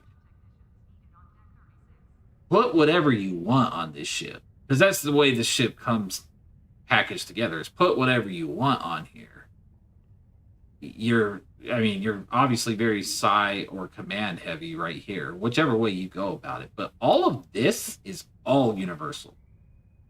So you could have, I mean, like, say you need more survivability and you want some engineering stuff, you can, throw some engineers on here or whatever. I'm just going full out because we can. That's the only reason why I'm doing it. I'm not doing it because this is not. I don't see how this could ever be a meta ship or like something that. I mean, I'm sure it'll hold its own in an elite. I'm sure it will. I just don't see how. Uh, no, I could be wrong. I very well could be wrong, but right now, from what I'm seeing, I just don't see it. So we'll go up to our ship, put all of our. Let me sell all this crap off. And I don't like this console. I just don't. We're gonna stick it on another ship just to hold it. That console does not. It is so laggy still. Okay, eventually look up. There we go. We'll just stick this in as a placeholder. Yeah. We have our novel over here too. We just haven't unpackaged it, but I haven't filled it on the science character. That's what the running the alien tax for. All that fun stuff. So get rid of all this crap right here. Boop, boop, boop, boop, boop, boop, boop, boop, boop, boop, boop. All right. I don't remember the last time I had this many science abilities all at once. I don't know if there's too many ships that you can do this with. I know the Vern you can, for the most part. You can do, but you really split the Vern up with like temporal inside, which is great because that's what it's designed for. But like, there's not too many ships that are super universal like this. Like, I can think of off the top of my head. So, and the E6 Bird of Prey, I think all four of those stations are universal, but it's not a science ship. It is a pretty space Barbie ship. It really is. It's cool looking. It's straight from is it Strange New Worlds? Is that where it's from? I think it is. But yeah, I mean, it looks cool. It does look cool. Just not sure what we're gonna do with this yet. We're gonna go level it up. We're gonna go see what we can theory craft along the way. If there is anything we can theory craft along the way. Um, we don't have pets, so that's not really gonna help us. I love that trait on this console on the Arc Royal, but it's kind of copy and pasted everything over. So survivability consoles, sensor analysis, always wonderful console. Put our plasma storm there, put that there. For Delphic there, sure, more survivability. Put our Dragon Flame here. Sensor analysis. Oh man, like I said, I don't remember the last time I had so much science. Kind of neat with the command layout here. So I mean, it is a weapon buff, right? But I guess if we trigger it off, we can get the bonus damage. We don't have any command abilities, so we're gonna do that. Here, I need to assign keybinds to those. I'm gonna do it right now. This is, like I said, we're more or less just gonna level it, kind of see where it fits. I think I'm more or less worried, like, all the science abilities that we have, right? There's like CPB, we have to be very close to somebody to trigger this off. So that's gonna be kind of niche when we do that. Go up is great. Driving. Blade Overload Cascade is going to spread out everything. Luckily, we have a tractor beam, so we can reel it all in. This is going to trigger off secondary deflector. This is going to just be their divisionary tactics because we can placate those and draw some of the aggro off of us. Fleet distress. I mean, put it on here. Why her apart? So this is going to be weird. Not used to coupling some of these abilities together. We will open with a gravity well, wrap everything together. We will programs, targeting sensors, chemosite, and torp spread is going to be big thing. Photonic fleet will throw up here. Photonic officer, definitely need for cooldowns. Quantum similarity manipulation. Ramming speed, let's see. I don't think I have mines on here, do I? Oh, I do. Wow, look at that. Okay, I guess we can relocate the mines. That's good. Scattering field, more survivability. Yeah, I'm just spreading out things right now, so I know what is what, and then I'll reorganize once I have everything like where I want it. Debuffs. Structural analysis, definitely debuffs, gonna help us quite a bit. Subnuke. Very rarely gonna use that. Corp spread, threatening stance. Yeah, how many hit points do we have? Oh, well, we have to level it, but woo. 47,000. Yikes. A tractor beam control. Ooh, yeah, this is okay. Hold on. I want all my anomalies like right here. All right, there we go. So now we have a whole lot of stuff. Like a lot. And now we just got to kind of organize it to where I like it. And we'll level this ship up. It's really the first time I've flown a science ship in a minute without pets, because I'm always running those Type 7s and the Ark Royal or other pet ships that I can rely on the debuff. So this is going to be a first for me for a long time. I'm okay with that, though. Yeah, everything else is fine, right? Yeah, I think we got it. All right. Okay, so let's see. How do I want to activate this stuff? I guess it's fine like that. I think I'm going to put sensor scan there because that's easy to activate.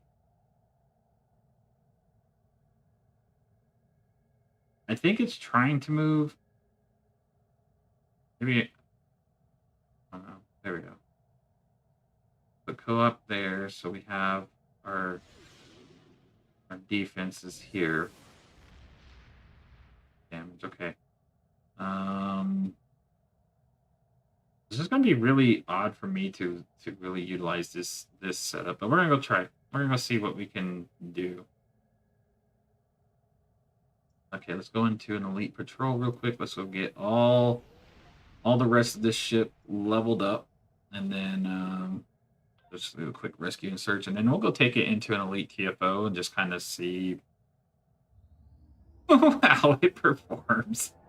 I don't see myself being anywhere on the DPS list but the bottom like 2. You never know. You never know. Maybe we're on to something. Oh, they're gonna hate it too if we go into any kind of TFO and I actually use delayed overload cascade and send everything flying. All right, so let's try this. This is weird. Oh, we didn't set our power levels. I was like, why am I moving so slow? That would be because I didn't set these. Hold on. I'll fix this. We're going to max out engines and everything. There we go. Now that I've done burn flyer apart. Fine. Alright, those two. I mean, like, there are spores for days. Look at that. Lots and lots of spores. But then we send this off and boom! Oh my god, I forgot how fun that ability is. They all just, like, scattered. Then we'll hit that. Then we hit this. The CPB? Oh, CPB does. Okay. Ooh, we're squishy. Oh, there's temporal backstep. That kind of sucked. We are squishy. We haven't leveled up nothing. Yay, all the torpedoes.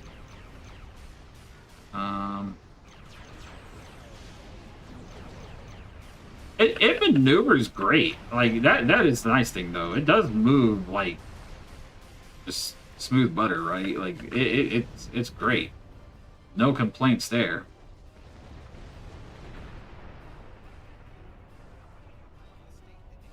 Not too bad. We're saving all of our consoles for the big group, right? So I mean, we will be dropping consoles and clearing stuff left and right. I'm just kind of using the science abilities right now to just clear out this trash at the beginning, but we will do all that fun stuff because this thing will be 5 as soon as.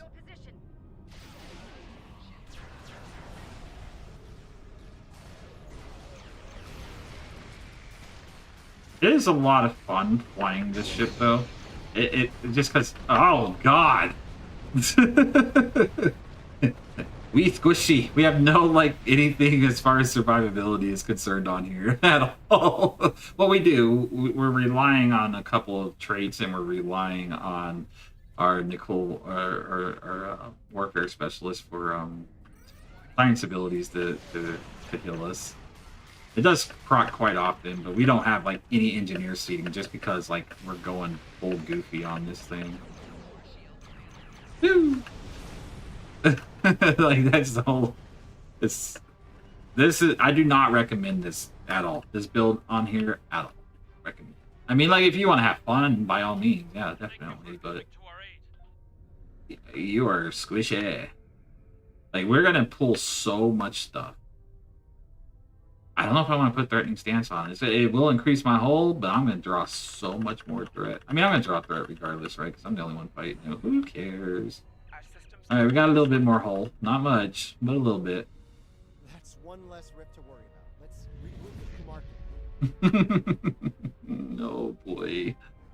This is going to be great. All right, let's go and...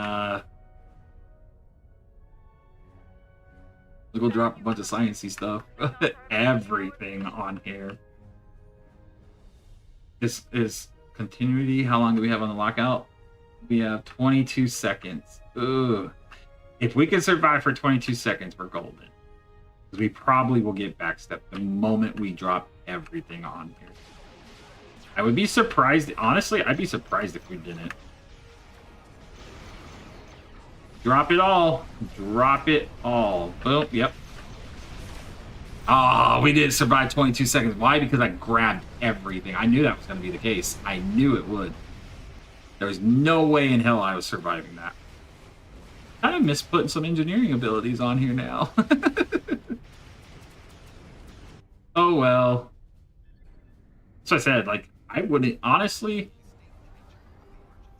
I think I kind of agree with the sentiment about this ship earlier. I think it's just a pretty looking ship. I don't see what we would do with this ship otherwise, because I don't even have emergency powered engines on here, so that kind of really bites in itself, right? Like I don't even have emergency powered engines, so I can't even like bring back up evasive maneuvers.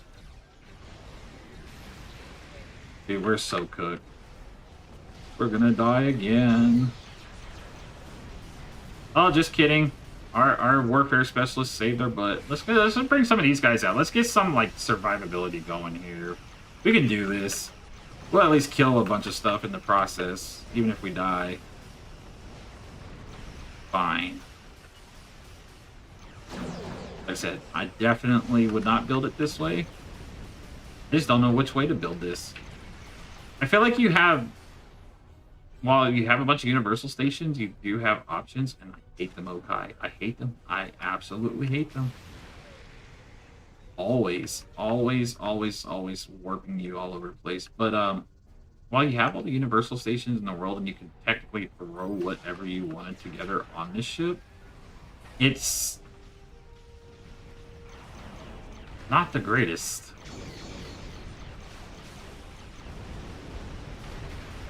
And I can't get my plasma storm to go off. There it goes. Now it goes. Okay. Oh, dude, move. Holy crap. I can't move. Yeah, I'm dead. I'm dead again. Yeah, I should have put some engineering. I should have put some survivability on here. I'm just relying on traits and everything else, and it's definitely not going to work. Not in elite, but you know, we wanted to throw all the science on here, and we did. We threw all the science. The lesson learned. Don't do that.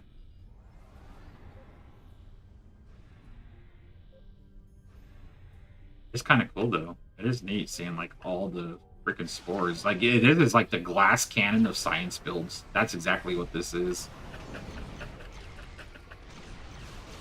You may or may not be able to, you know, destroy some stuff, but you're gonna die in the process. For sure. That other group just come through? Oh, they did. I'm gonna die again, bro. Like, that is the worst. And why did I choose, of all the ones I could have chosen, why did I choose going up against the Mokai? Because they like to drop transport torpedo on you left and right. Like, I chose wrong. Okay,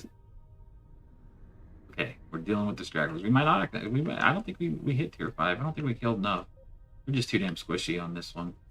They're gonna have to be a Lachi. It's okay. But as you can see, like, while you have all the universal, let this be a lesson learned to anybody, like, you know, you might have all the universal stations in the world, and yeah, you can put whatever you want there, but it might not be the best option. Can confirm through rigorous testing, right? Oh, shit. Give me some stuff. Give me a shield. Literally anything. I can't even get close enough to these guys to, like... Oh, well, you know, that'll work. I say I couldn't even get close enough to, like, activate this on anybody because I was just getting jacked.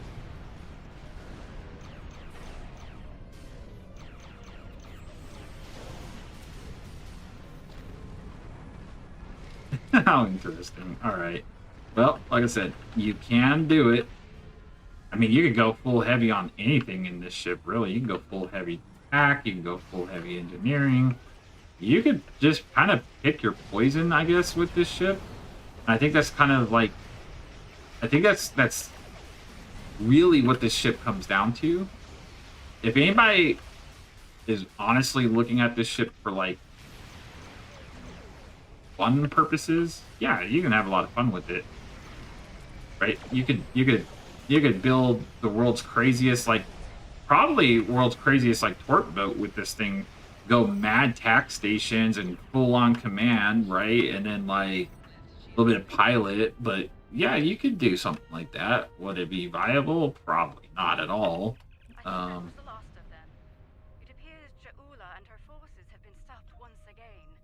I guess if you wanted to do like a full-on engineer build for this, you could too. I don't know what you would do with it, but like eject port plasma and Aston beam and I don't know, a bunch of Oxta Sif and emergency powered engines and I don't know. You just it's wild what you can do with it. There's a lot to do. Just it's like there's a lot of everything to do with not enough of anything to do. I don't know if that's the best way to put it or not. Well, we did get it to 5. We sure did. Okay. I mean, we did. We did enough for that run. Bro. We'll eventually get the injuries come up, maybe. Oh, they did.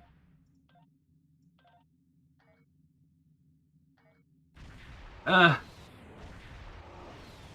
I said, if I was going to take this, I guess, a little bit more seriously, if I was going to do something, I'd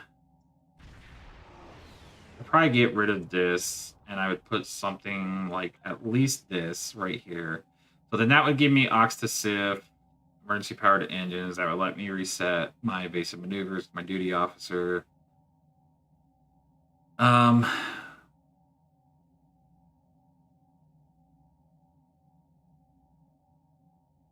That's really about all I could change with wanting to do what I want to do with it.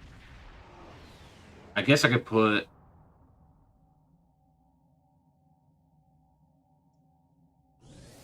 Could put a hazard emitters on here too, just for an extra heal slash cleansing stuff, but I do like jam targeting sensors. So yeah, I mean, we could do this, right? Now that we got it to 5, was there any resistances included in this build or in this? No, well, it does have improved hull healing. So it doesn't even have anything like inherent to survivability on this ship. So you're kind of just stuck with like your baseline resistances, and that's it. Like,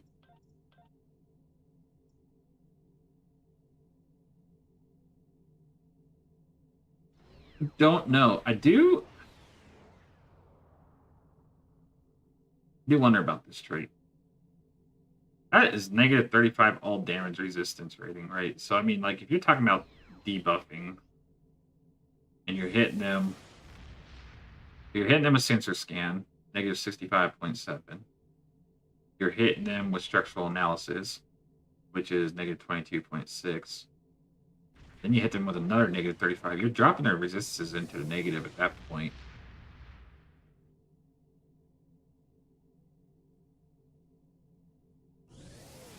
Does affect 5 targets. Question is it an instant? Is it an instant ability? All right, so we're gonna put the trait on. We are gonna be able to trigger it with just Photonic Officer, and that's fine because it only can trigger once every 45 seconds anyways. So I'm worried about that. We're just gonna put it on because I just kind of want to see like how it works.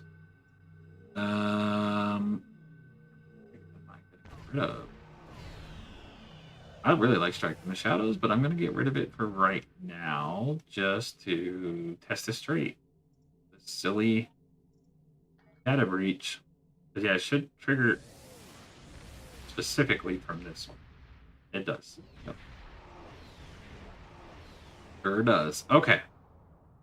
So now we got to put Oxysif on here.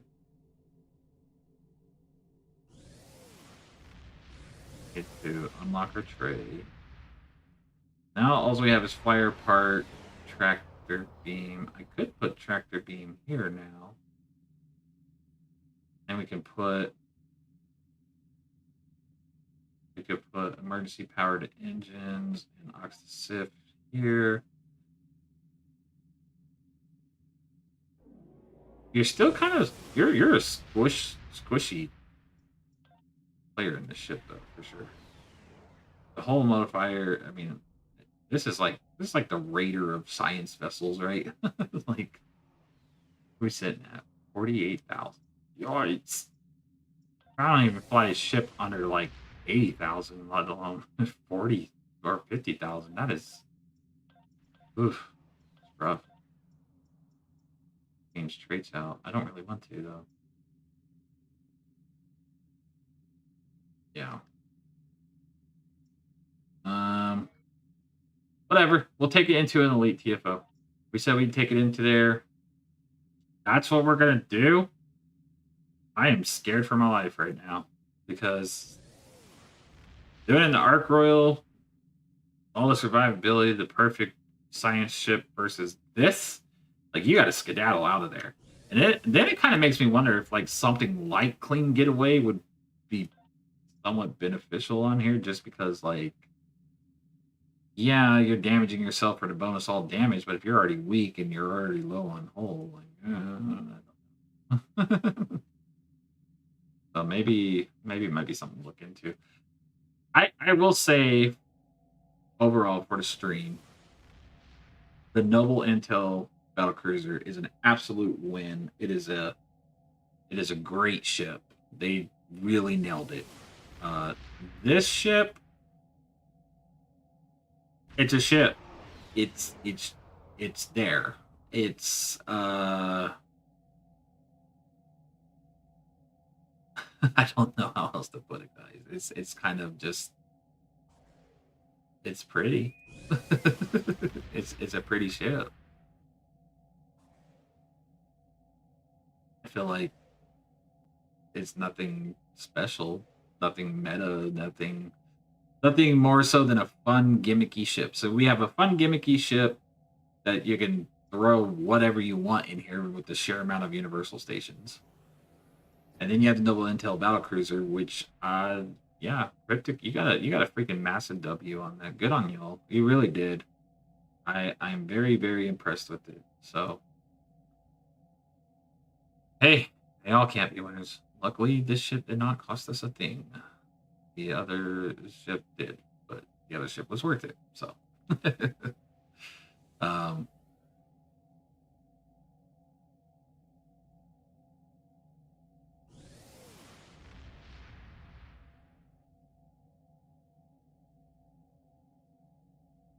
visually it's cool. It's cool like looking at it and everything. It's just neat.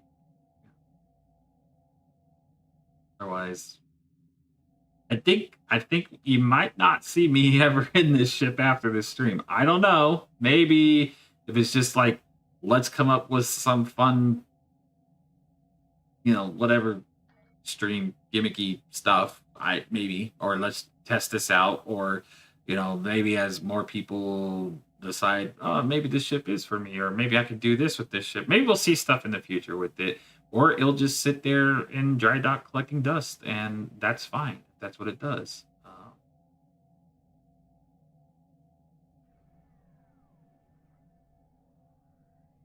Like I said, it is fun. It is fun to fly.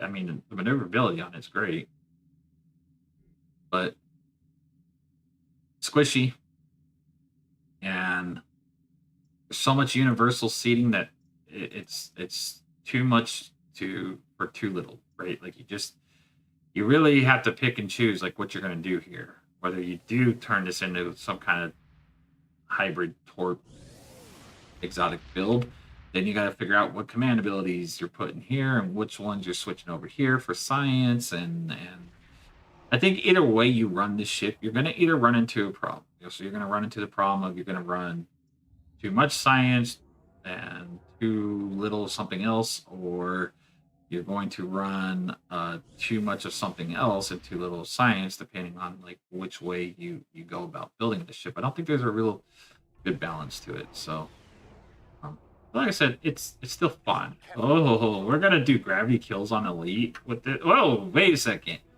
If we can survive, we can go grab all the freaking all the anchors, like no problem. This thing will freaking glide like a dream through here. That's the thing though, we have to survive. So we really, really need to utilize our evasive maneuvers, our emergency powered engines, hit our scatter field and everything else that just kind of like keep us floating through this, because but we could grab everything and get back to the Jupiter fast. We definitely do that. Like I said, this thing flies. It moves. It moves great. So I'm very impressed with it.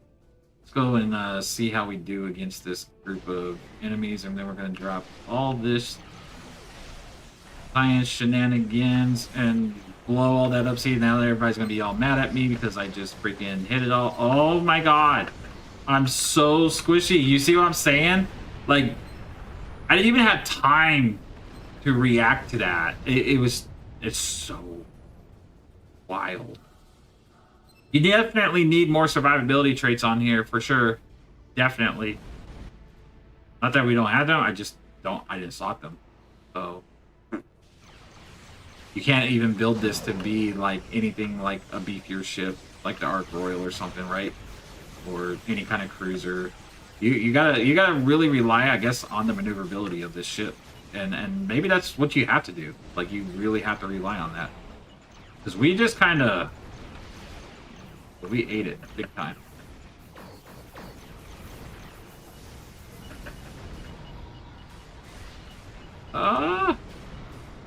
Yeah, so like you have to get out of dodge, because otherwise you're just gonna die over and over and over and over.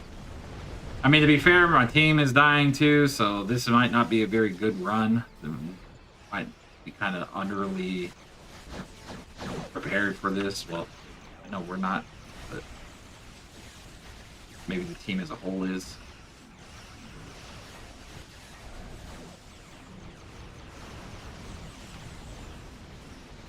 Yeah, I think that's what it comes down to. You really, really, really need to like maneuver a lot in this ship.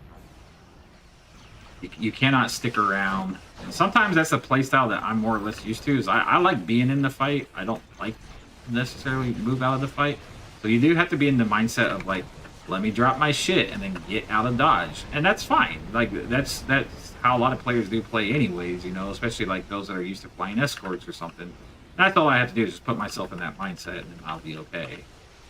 Just gotta know when to leave and when to get out, right? So. Look at that. Easy peasy. Grab the particle. Fly over here. Drop it off. Oh my god, yeah. This thing can move, man. I do like that. I really, really do. And then it's like, okay, hit my prevailing engines and move again. Oh, but we gotta watch ourselves hit some defensive cooldowns. Yeah, see, okay, like, you can do it. It's doable. Just gotta be in a different mindset doing it. You just get the hell out of dodge. You come over here, drop this one off, rinse and repeat. Get your emergency power to engine. Whoop. Oh my god, I'm so squishy. So yeah, the only thing I would say is like get you some added survivability on here, and you've got a fast science raider, I guess. Like that fit.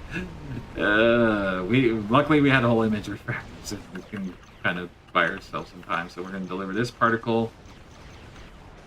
All right, and we're going to repeat this whole process until, you know, we either die or we don't. I grab something. Thanks. Okay, and then take off. Nice thing is you know, having jam targeting sensors and all this other control stuff. If you're running the prevailing engines for control abilities, you can trigger it left and right while you're on the run. So you can drop all your control, sciencey abilities, whatever, you know, group up your enemies and take off. And it works out good in that aspect. Or, you know, if you're using the bolstered ones for healing or whatever you got to do. Just saying it works out. Watch this. Boom. Get out of the way. Oh, that's the other thing, too. That's kind of cool. You could use delayed overload cascade as a means of like escaping, right? Like shove everything out of the way. Yeah, it might piss off some people, but you know, in this case, I have nothing to target. That's your last particle here. Okay, there we go. So there is a play style to this ship. It can be done. It's very interesting. I still don't think it's anywhere near as good as the Intel, the Noble. I just don't. This ship's okay. Very gimmicky. Very much a niche situation. But you know, you're able to still drop your sciencey shit and burn and burn. That's kind of fun. Have a minor torque boat. Get those maelstroms, go.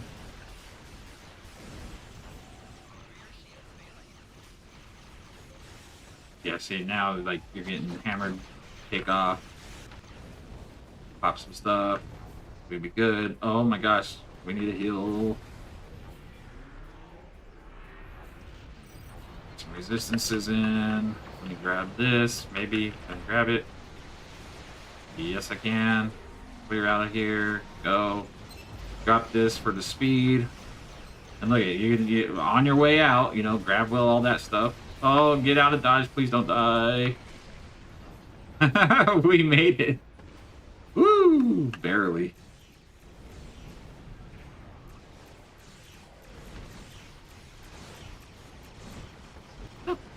It's okay.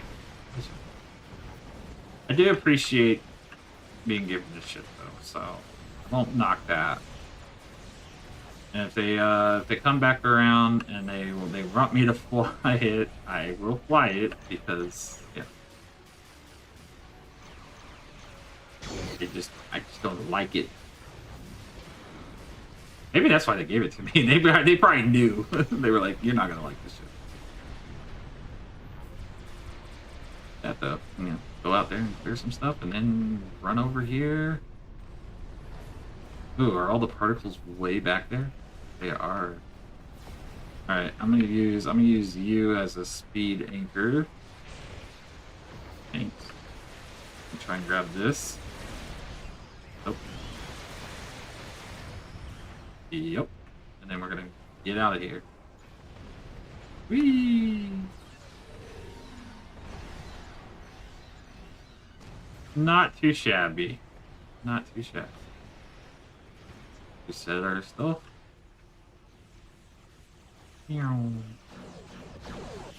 Oh, Jupiter.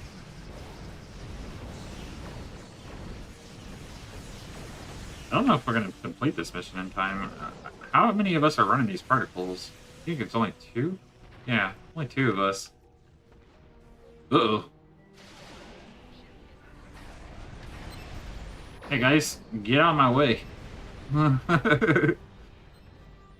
Alright, let's grab this.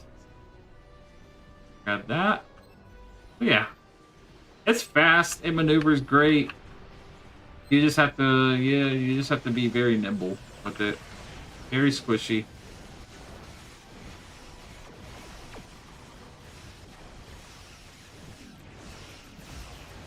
I feel like those players that definitely like escorts want to like incorporate something like that with the science field. They might enjoy this. Definitely don't stick around for all that shit. Oh, nope. Don't mind those. Be immune anyways. Did I grab it? Oh, I didn't grab it? Really?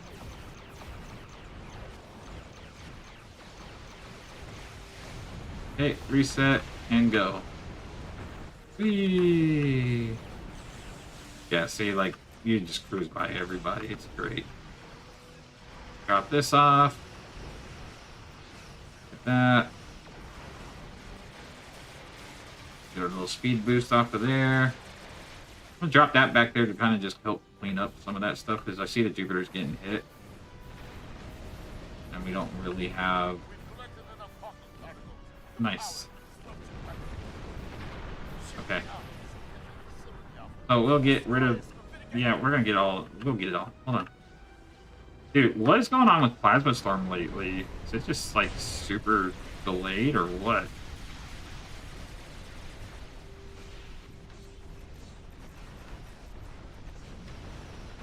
Let me drop this on everything.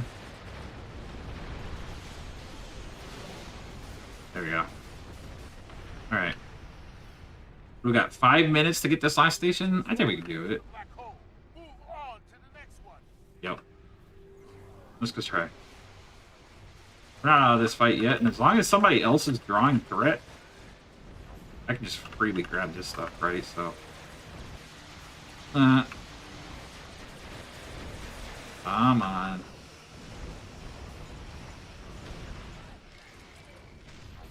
We're not too worried about our whole integrity right now. We're just trying to get these particles out here. Kind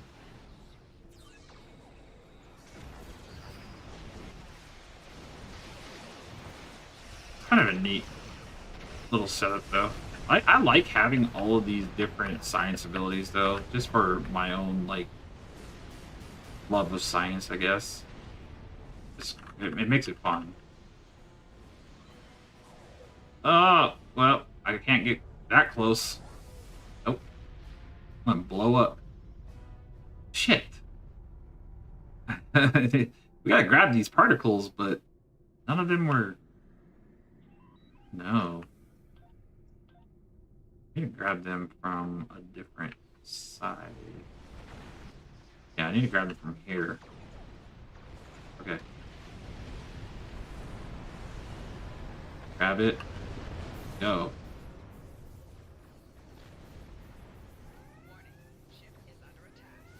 Nope. We're not getting blown up by that. That's not happening. Drop this off. Whee! I do like you can drift the ship too. You can drift it in space, which is always fun. Oh man, 3 minutes, man. I think at this point I might be the only one running these particles. Ugh. You guys are putting your faith in me to run. Oh my god. Yeah, you're out of your mind. Okay, move. Like, I'm moving as fast as I can, but time's against me. Okay, reset our base maneuvers. Use this as a speed boost. Let's go. Then come out here. Grab another one. Another one. I don't care which one I grabbed. Didn't grab any. Okay, I grabbed one. Let's go.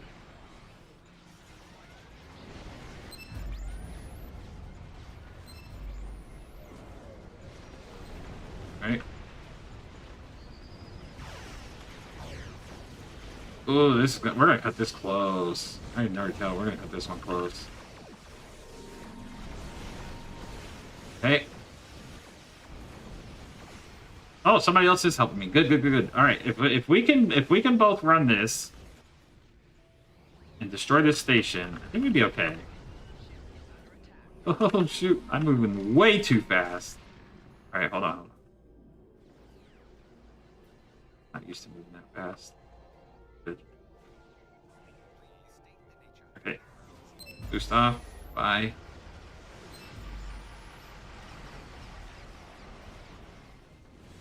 Alright, mine and yours should be the last ones, I think. Yeah, alright, there we go. Alright, so then we destroy this, and then what do we gotta do? We gotta kill the main thing, and then we're good. Okay. I mean, I'm not gonna waste a bunch of science stuff if everything's like already burning down. Yeah. All right. So now all we need. Wait, are all the anchors gone? Yeah, they're gone. Okay. Hey, you go ahead. You blow up everything.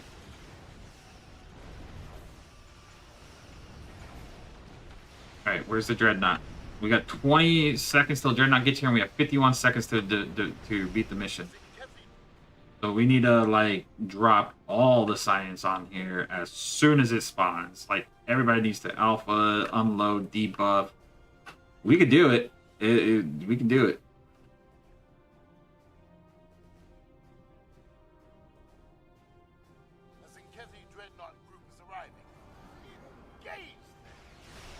Alright, I'm going to drop secondary deflector stuff. I'm not going to drop anything else. Drop this, drop that. Bro, we're cutting it so close. Come on, Plasma Storm. Drop, bro.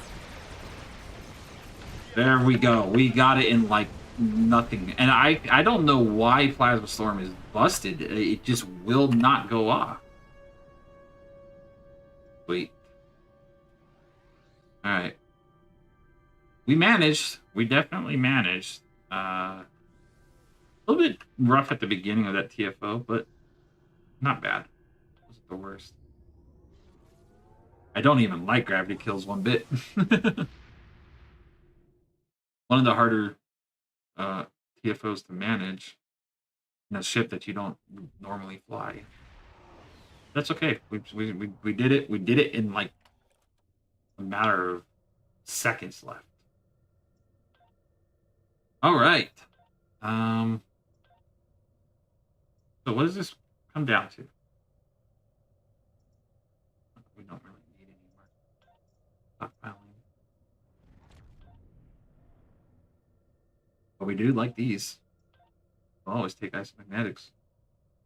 I think it comes down to pretty much this.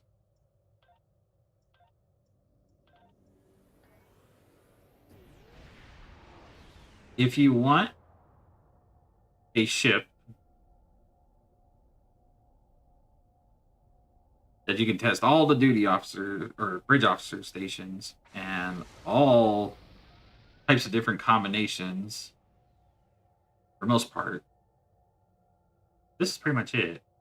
You have 4 universal stations that you can play around with.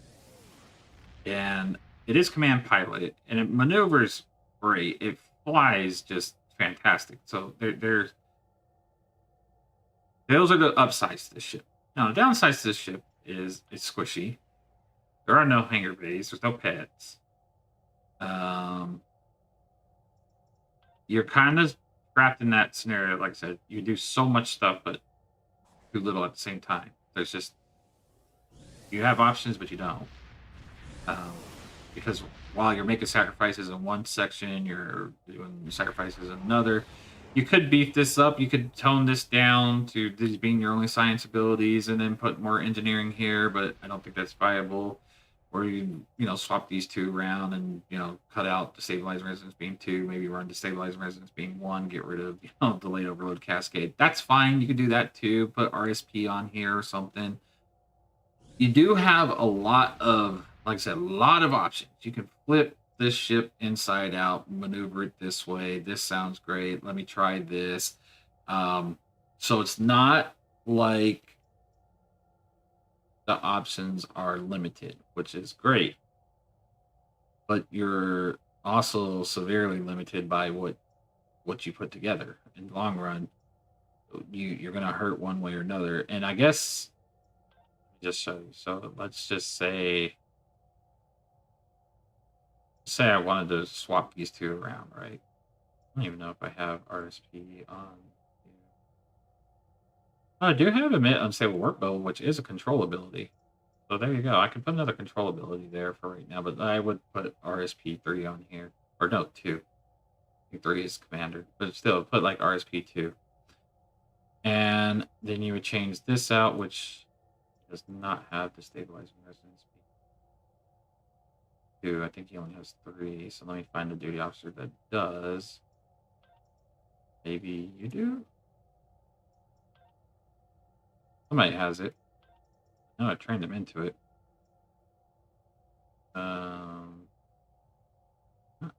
Maybe he's sitting in my bank somewhere. I don't know. What do you have? No. I swear, if it's on Hermes and I'm looking everywhere. Oh, it is on Hermes. Yeah, okay. No, you have to stabilizing resonance beam 1. But okay, so you can still do that, right? So you can just put the stabilizing resonance beam 1 there.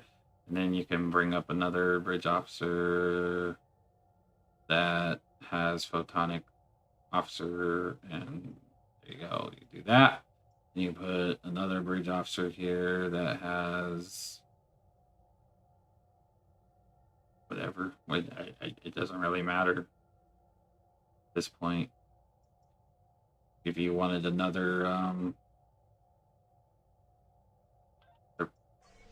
in the proc off stuff or spore infused or whatever, so that you run something like that, and again it will all work. It's just like you have options. You have so many options, and then like I said, you could opt out some command abilities here and say you wanted to turn this more torpedo friendly, right? Because you're already running Torp Spread 3, and then you got chemosite laced weaponry. Say maybe you wanted to run like entwined tactical matrices and and put some more torpedo traits. Then you start putting concentrate firepower, maybe call artillery barrage, and then you would run reroute from life support and then target that explosion or something, right? So you could do that. You have options on the table. There are lots of options on the table, but is it going to perform or outperform anything that's currently out there? No, I don't see that. I don't believe it. Whereas I feel like the Noble Intel Battlecruiser can just line up with everything that's out there right now. 100% right out the gate. Can go out there and I mean, it can pump out easily, like, we said earlier in chat, 2 million plus DPS. So if the Noble Intel Battlecruiser can do that right out the gate, this ship is just, have fun with it if you get it. That's all I'm saying. Have fun with it. Look at it from a fun perspective. Do not look at it from a meta perspective, because you're not gonna build something meta with this. And if you do, well, props to you. You figured out something that but maybe there is something that we're missing with this ship. But I think what we're gonna do is switch over to console, to Xbox, and play STO on there. We're gonna run the event on there. I know it's crazy, right? We have PC and Xbox, and I told you guys on stream last week that we would run the event on both console and PC. So we are going to get the Noble over there on console. I did not buy out the event on console, so I have to actually do it.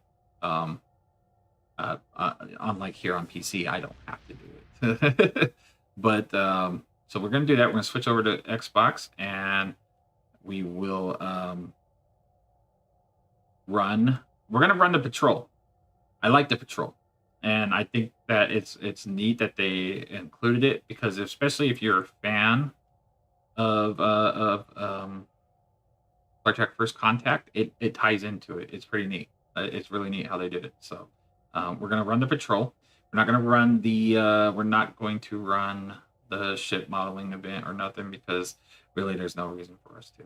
So you can AFK it. But let's go. Be right back. So just to close out here on the PC side of things, this ship, final thoughts, is very gimmicky. Absolutely gimmicky. Very Space Barbie. Have fun, throw something together. It will never, at least right now, it's never going to be a meta ship. Just it's not. It's pretty. It's cool, and there's a lot of fun, neat stuff you can do with it. It's overall at the end of the day, it's fun, right? So just remember that it's fun. This ship that's currently packed in this character's inventory, which we played at the first part of the stream, the Noble Intel Battlecruiser. Absolute amazing. You're having encoding issues. What encoding issues are we having?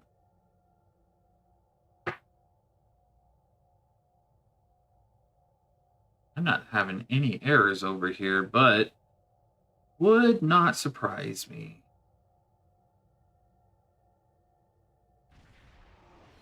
Let me pull up the stream over here. Let me see what's going on.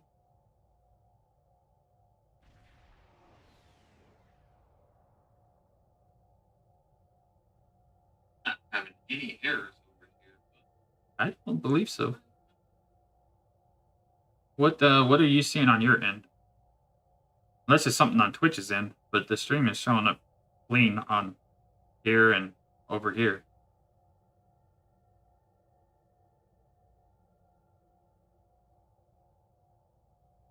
Could be on Twitch's end. The stream is getting very chunky.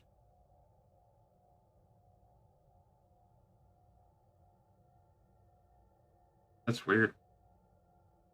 Hey, Trey, what's going on, buddy? Good to see you. I'm not seeing. I don't know. I'm seeing what you're seeing. I'm trying to. I'm watching it in real time.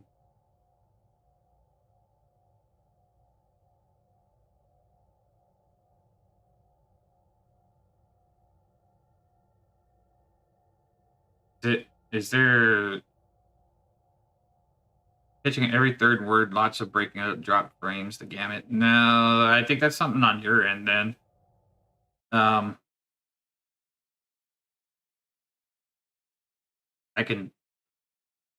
coming through crystal clear on both streams. So that's definitely on your end. Crystal clear on both streams. And that's me being played through my phone right now, so you might need to check your settings there. It's definitely on your end. Definitely working fine for others. So I don't have those issues with most anybody else. I apologize if you're having issues here. But definitely that's willing currently. Oh no.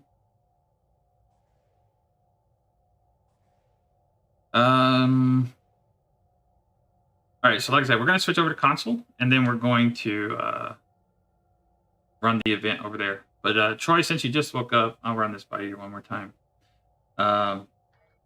This ship, very gimmicky, very fun, very Space Barbie, nothing meta, nothing at all. You will never see this flying around and for meta purposes, right? So don't even stress it. But Troy, I highly recommend you do the event, and I highly recommend you get this ship.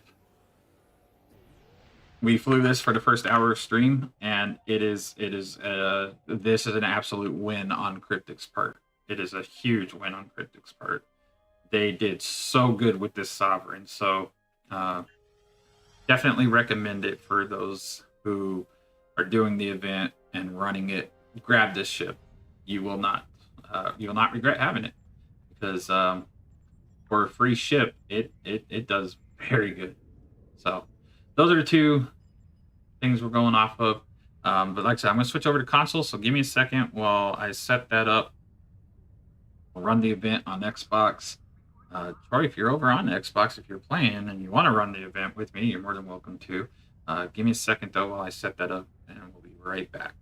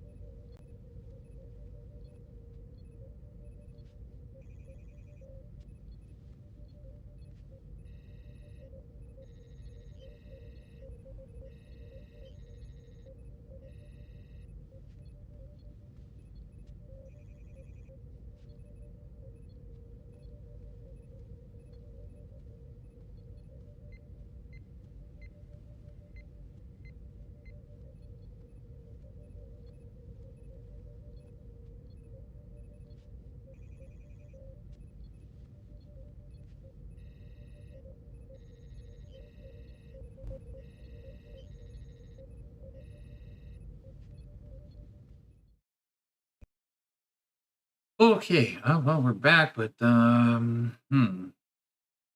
see. We're gonna have to figure out how to capture this here. Capture a specific window. Should do it there. There we go. There's a good old Xbox. Holy crap. All right. Uh-oh. Where's my sound at? Oh no, I have no sound. Is there sound coming through on you guys' end? Probably not. If I can't hear it, I don't think you guys can.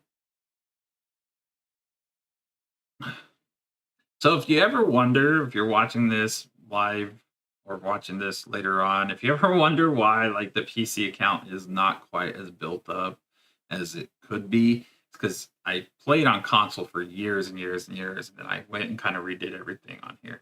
You can hear me, but not the game. Yeah, I don't know what's going on with the game sound. I got to figure out why the Xbox sound is not coming through. Like, I can't even hear it, and it should be playing. Yeah, look, I got a controller, and it's like it's kind of funky. Oh well. But I played this for years, and then I went back to my old PC account, and then I had to kind of rebuild from the ground up. So this account is like stupid amount of time put into here. And I also prefer PC over console as time has gone on. So, but it is what it is. Where's the damn sound at on here? Let's see if I can't adjust this real quick. Let me see if I can't figure out.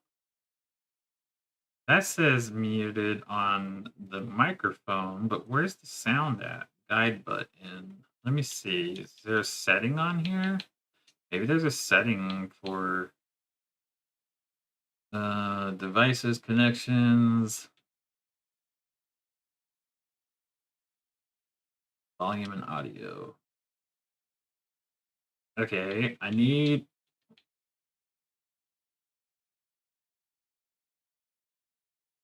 Still don't hear nothing. Here? No. I guess it would be through my headphones, but nope, never mind. So I still don't hear anything though.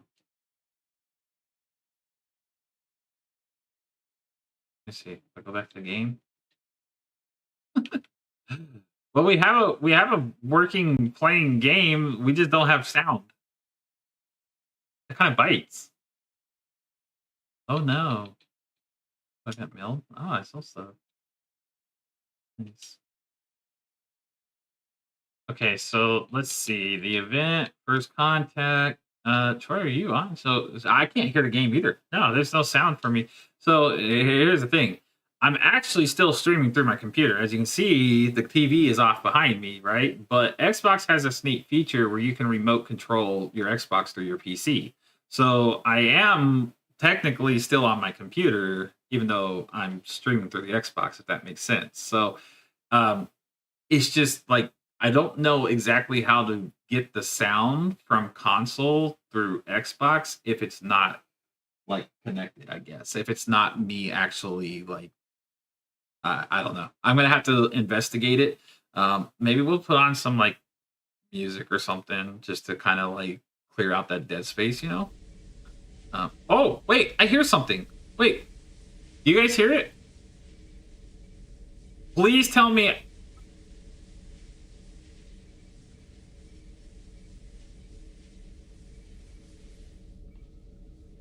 I think I did. I figured it out.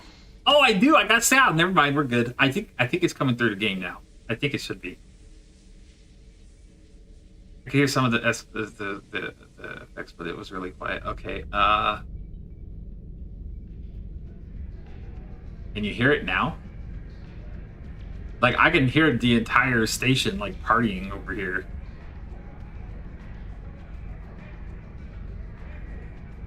Okay, you can hear it more now? Okay, good. Because, like... Well, let me do this. Let's do this. Hold on. Oh, the overall volume's all the way up. But let's, like, turn up some of this. Let's see if that helps. We'll help kind of crank the volume. There you go. Oh, that might be too loud. I don't know. Just let me know if it's too loud. If it's too loud, we'll readjust. I'll bring the overall volume down. Okay? So if it gets too loud, let me know. But... figured it out. All right, cool. All right, there we go. So this is Spicy, who has pretty much everything. I don't even know, like I said, we are going to get the event ship over here because I will forever kick my ass if I don't get it. So Troy, if you're still on, are you still on? Well, it says you're offline. Oh no, there you are. You're in Argala. Did you want to get together? Did you want to run the event, or did you already run it? I'm gonna do the ground patrol. Just because, like, for those who haven't seen it, it's very neat. It ties right into Star Trek First Contact, so it's pretty cool if you haven't done it or seen it. And I would only probably run it just this one time. Maybe I'll run it a couple times. I don't know, but it's a long patrol. It's a very long patrol. Wait for Troy to answer me, or if he's paying attention. If he's not, then we're gonna go without him. So that's all there is to it. But it's kind of cool because from the event reward, you can get any of these badges. If you already have them, then you just get the 150,000 experience bonus. But I think I have most of these. I don't remember. I have to check, but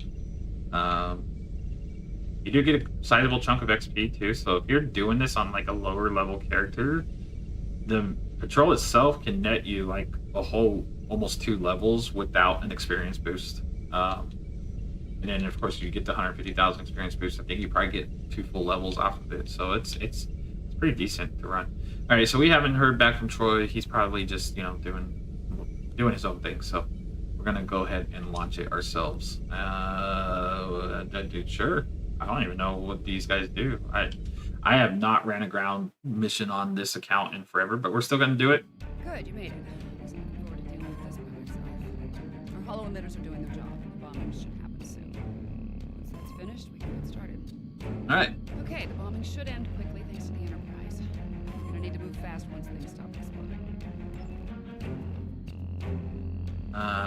What weapons do I run on here? Oh, hey, look at this. We got Borg. We're gonna use. We're gonna theme it. We're gonna run the shotgun. Or in a ship. Go ahead. Okay, so we're gonna run the shotgun for the theme purposes of it, and this is this makes Great, let's sense. get moving. We need to get to the complex quickly. But I like this ritual. They did a very good job with it. Enterprise must have finished off the Borg vessel.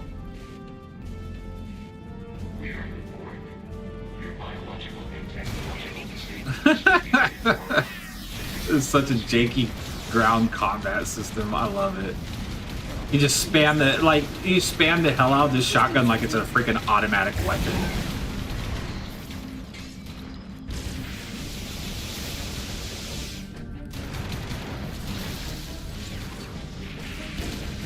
I don't even know what difficulty we put it on. It's probably on elite, but it doesn't really matter. It's not like we can't do it on elite. I'm just saying, like, it might take us a little bit longer. Let's see. Okay, physical damage, ground done. You know what? I should also probably do the endeavors on here because I don't ever do any of the, like, all my space endeavors were done. I just never Check for survivors. bothered after that because I was like, I never do ground content or not enough ground content to care. A little bit of backstory about this is like purely PvP. That was mostly what we started with and always were. So a lot of this stuff on here is like very much PvP related. Whereas on PC, not so much. There is a little bit of PvP stuff, but not anywhere like we've had over here on console.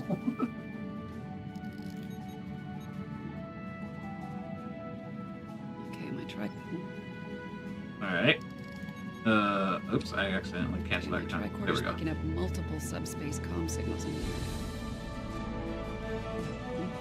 Some of them are Starfleet, coming from inside the missile silo. I feel like Probably protecting Zephyr. the music is louder than her voice. Is that just me, or is that what's happening over on y'all's end too? Like I feel like I can't hear her that well, but I can hear the music like pretty damn decently. Probably is the case. Yeah, I feel like the music volume is like way higher than her voice. I don't know if it's just that or what. Now that we got the volume working, like I gotta like kind of maneuver some stuff around just to.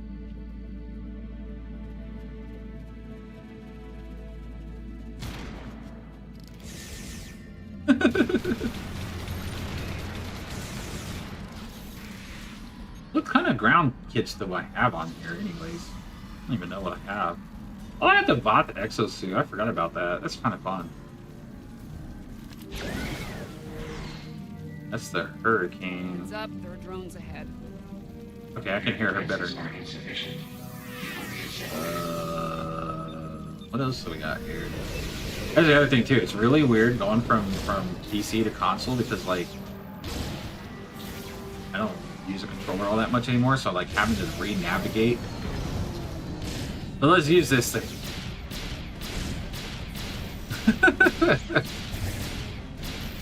I have a lot more fun stuff over here too. Like that's the other thing I do kind of miss about it. It's like I have a lot more items, I guess. But the PC account's catching up pretty fast, so I'm not missing too much stuff.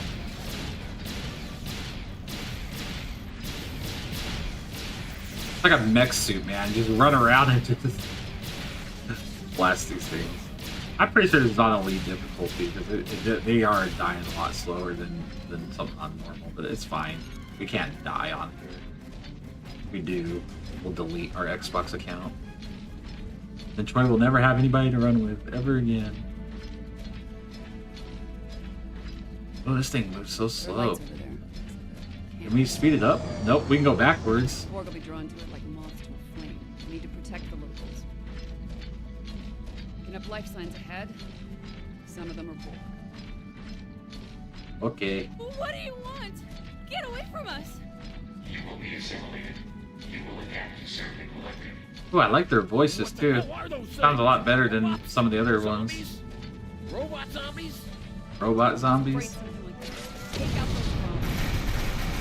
those phones. This thing's so cool. Oh, I ran out of time with it. I noticed something. These Borg aren't adapting. They don't adapt? Really? I did not know that.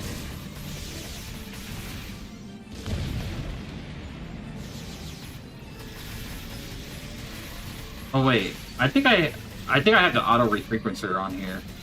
Never mind. They probably are adapting. I'm probably clearing it, or maybe they don't.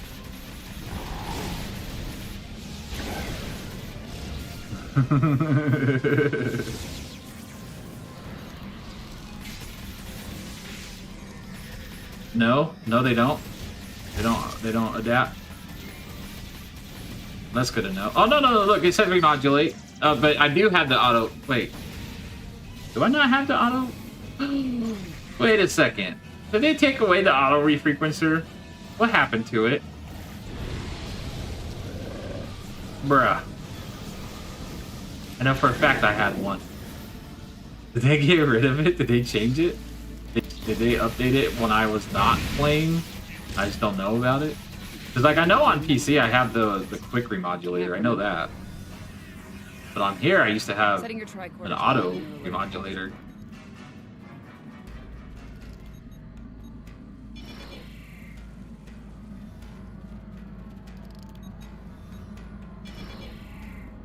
So we're wiping their minds. I didn't realize we had the technology. I mean, it's Star Trek, but I didn't know we had the technology to wipe people's minds.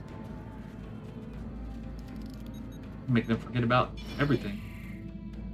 Looks like the Borg have changed their tactics. They're avoiding Cochrane and the Enterprise crew and focusing on assimilating the locals. Makes sense. After they lost their ship, they lost their numerical advantage. Oh, okay. No argument here. I ran a quick scan of these drones. There's several references in their onboard nav systems to a location north of here. Designation Resource Node 01. We should check this out. Whatever they're up to isn't a good thing. Alright, this area's clear. Picking up Borg signals to the north, though. I said it is a bit of a long mission, but it's very well done. It's graphically one of their better ground missions too. Currently, Like they did a Resource good Node job with 01 this. is a garbage dump. They did. Okay, so I figured that's what they did. Because like I said, I know on PC I have the quick remodulator, but I guess they probably took away the other one. I love propane tanks and blow them up. Kill them all.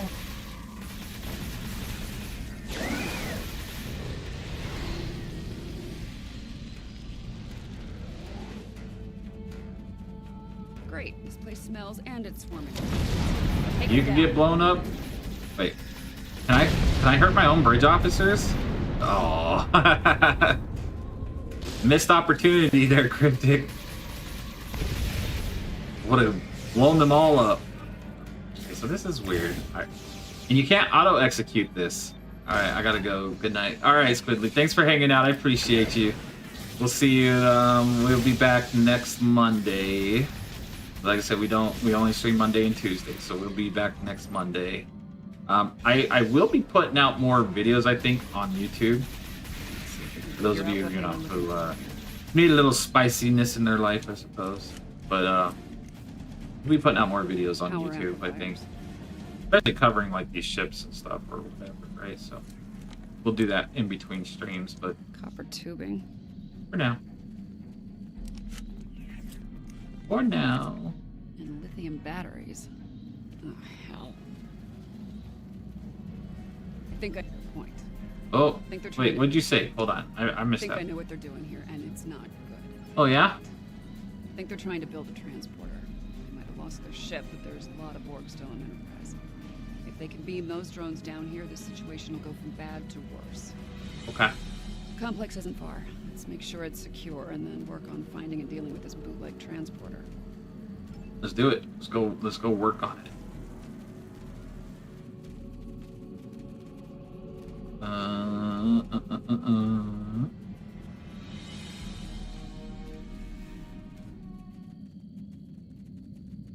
Look at this, like the environment, man. Send it It's forward. so good. Scan. Make sure Picard's team is all accounted for. Even like the music playing in here and the jukebox and everything, like it's so good. They did really good with this mission. You can tell like they're putting effort into this game now, like a lot more effort than they usually do. Maybe a lot of the changes that they made over there at Cryptic here in the last year, right? Like it's showing. It's neat. It's neat to see stuff like this. I just earned reward points. Cool. Alright, what was I doing? Oh, yeah, I gotta scan 3 Enterprise crew.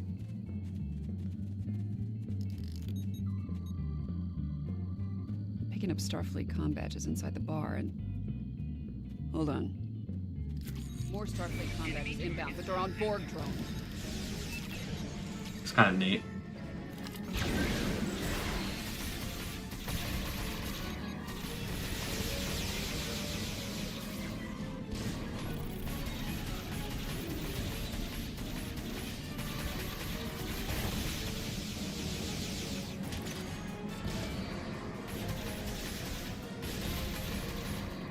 I feel like somebody else has a shotgun on my team. I need to check my bridge officers. I don't know who's got what and who's doing what. Whee!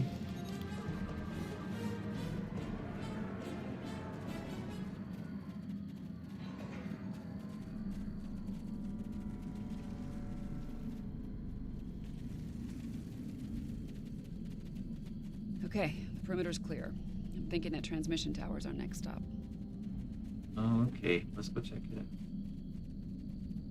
I don't know. I when I see like environments and stuff like this, like it just seeing what Cryptic's doing, it kind of gives me a lot of hope for this game. I hope Cryptic pulls what BioWare just did, because that's the other thing too, folks. While we are playing Star Trek Online, I want you all to keep in mind that at the end of the day, we are an MMO player. And as much as we love STO, we also love Star Wars. And anybody who's been around this stream long enough or known me for years knows I also have a very big love for Star Wars. Hell, there's literally a Darth Vader mask sitting right there. I know which way to point. Okay. That being said, we used to play Star Wars: The Old Republic. Okay. Right now we have a transporter to shut down. Ready to do We this? may do that again Get me the first when array and I'll start disabling their transporter. the new engine comes live on SW Tour, which is crazy because I want you all to keep in mind this. Star Wars: The Old Republic is 1 year younger than Star Trek Online. And they got a graphics engine, First array and I'll start everything disabling their update coming to them that's going to run on DX12. And it's going to be crazy. So seeing what Critic's doing over here and like their improvements, their design choices, it kind of makes me think like there's some hope for this game. And I don't think we're ever going to see an STO2. I don't think that's ever going to happen. But could they dedicate some resources to upgrading their engine These are or simple modulators, doing what however. BioWare's doing and, you know, modifying their existing engine, I guess? That'd be great. And if they do, imagine the Alright, changes let's go. and the stuff they can add to this game, right? Like things that can run on DX12 that can't run on DX9. I think this is still running. I don't think this has been fully DX12 integrated. I don't even think it is. I could be wrong. But, just saying. 2 to go. Stay sharp. They know we're up.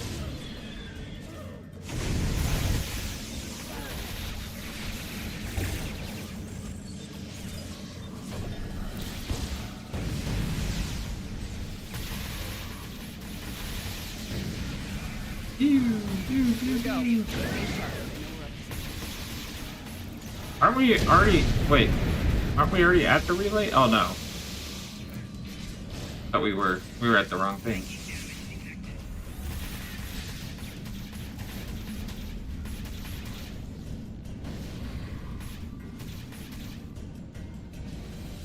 One of my, like, Bridge Officer's like farming them over here, doing something. I don't know what he's doing. Like I said, I gotta look at their ground gear. I honestly have not paid They're onto attention us. to it. Security protocols just spiked, and not in a good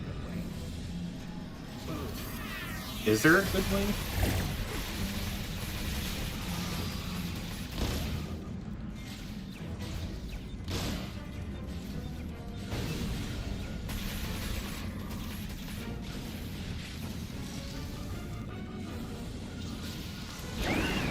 Two down.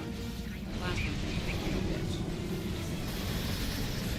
The last one's gonna be a real bitch. I forgot we're at that age of Star Trek now where they like actually like swearing in it. And shit. That's kind of funny. Well, some people are like indifferent about it, but it's whatever. I think it's all that big of a deal. Probably because I swear all the time, but I know some people are like, oh, that's not very Star Trek. Times change. Gotta move with it or get left behind, I guess. Only one left. Stay with me.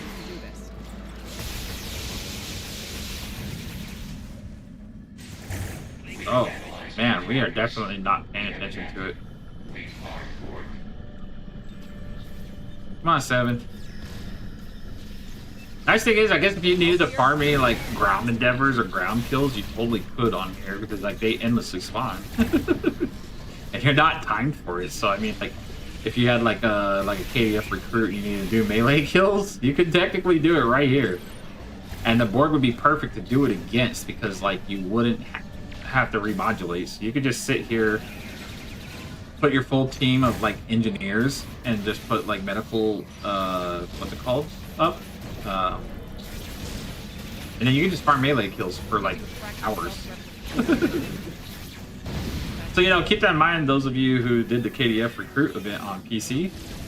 If you're looking to get your melee kills, literally stand right here, farming. Here. Do something about that, okay? Yeah, I'm working on it. Shut up. You're yelling at me, 7. You're not my real mom.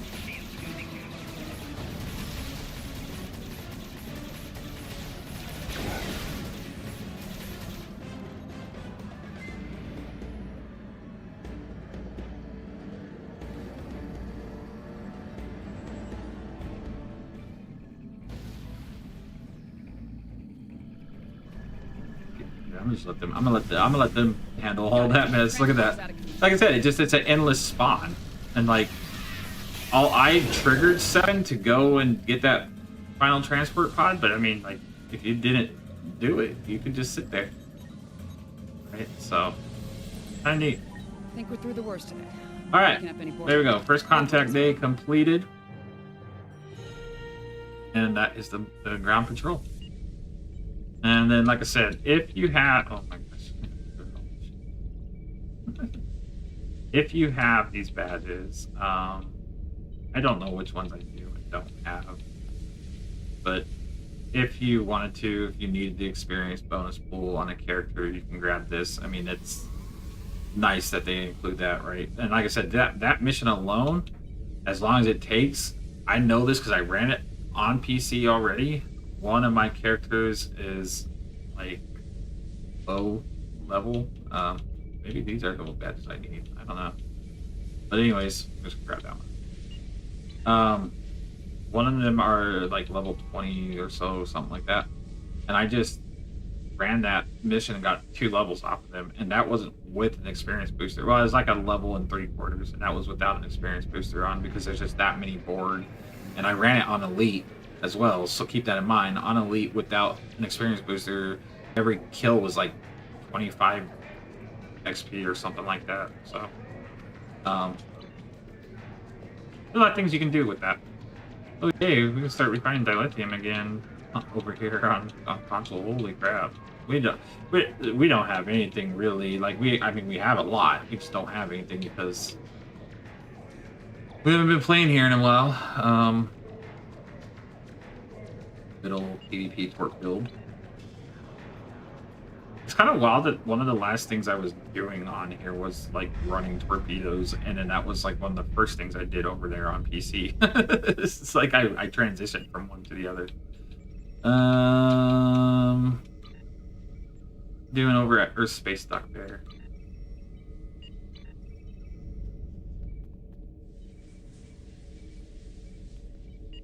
Boy. Check fleet holdings. Do I have any fleet? I don't know. Do I have any? Any dilithium vouchers on here? I can go turn them in for fleet vouchers. I don't know if I do or don't. Probably not.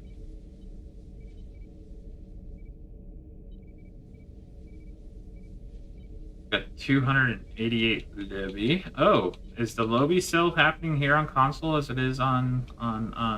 Oh, it sure is. Look at that. It's discounted on both ends. Nice. I don't need anything, but nice. And maybe I'll grab a boiler and sell it.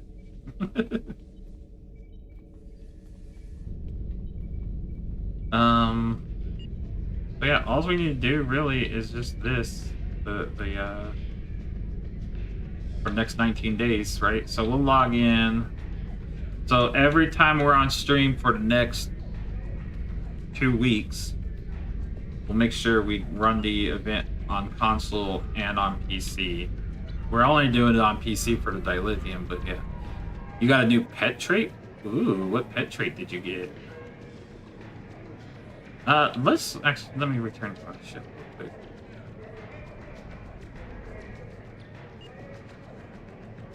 We're gonna go over to good old K7. Get away from all the noise. I gotta look at a bunch of stuff. We got so much stupid stuff we gotta sit through.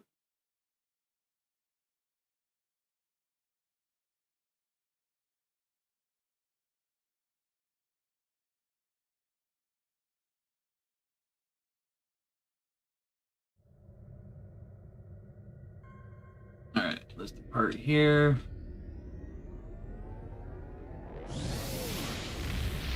The Impreza. It's so funny, like we've neglected so much stuff here on console. Like, I kind of feel bad for the amount of time I put over here, but I don't at the same time. It's like, whatever.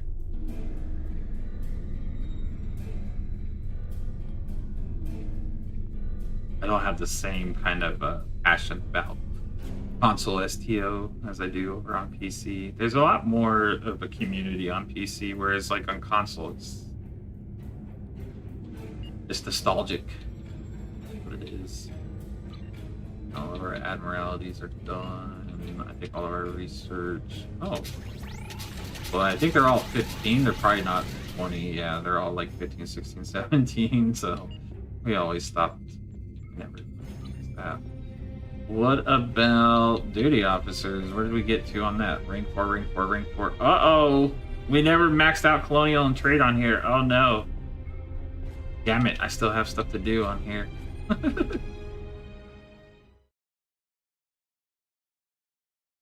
What pet trait did you get? What so you're building a pet carrier build? Is that what you're doing?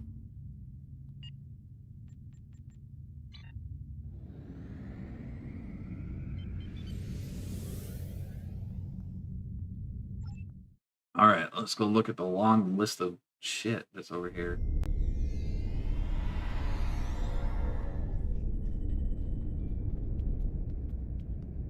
The peaceful station. I really ought to park more of my characters over here on PC because, like, K7 is always just kind of nice and quiet. You don't have to deal with a bunch of people running around hitting subspace, you know, party shit. I mean, you can, but yeah. All right. Where do we start now? Well, we don't need that. What do we want to? But if we were going to build something over here on console other than what we've built a million times, or I guess what if we want to build something on PC that we have on console, what would we build is the question. Because there's just so much shit.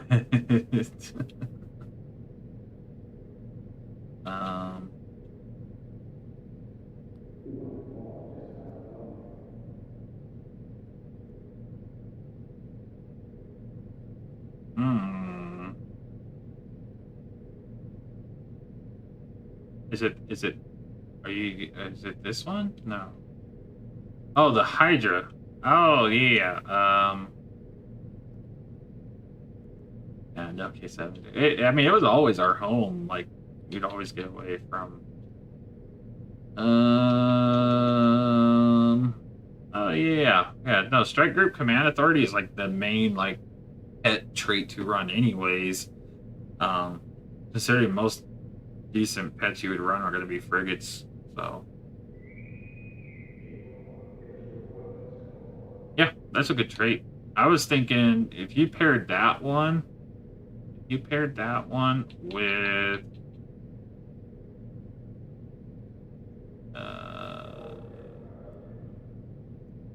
maybe coordinated assault. Man, you can do so much stuff with pets. It's ridiculous. Like, there's so many traits and stuff, right? So you could run. Let's see, what's that one?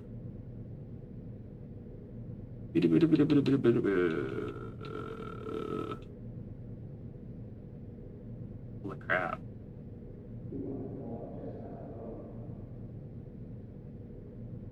Now, I tell you, I have everything here on console. I'm not joking. There's too much shit. And the thing is, like, you can't really sort it, which pisses me off sometimes, because I think I'm just like, no, you don't need Eyes of the Swarm. What's the stupid pet one that I'm thinking of that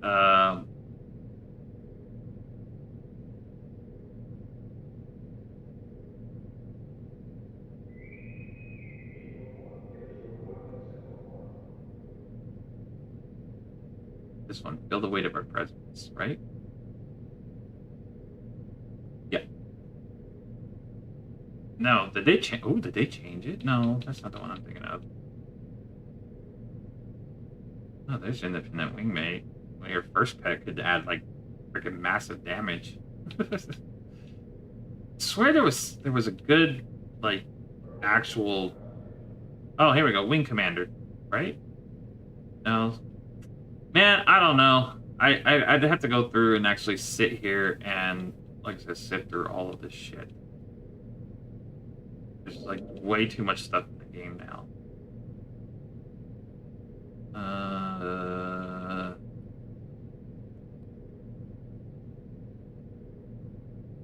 Where there's this trait that enhance and protect. Yeah.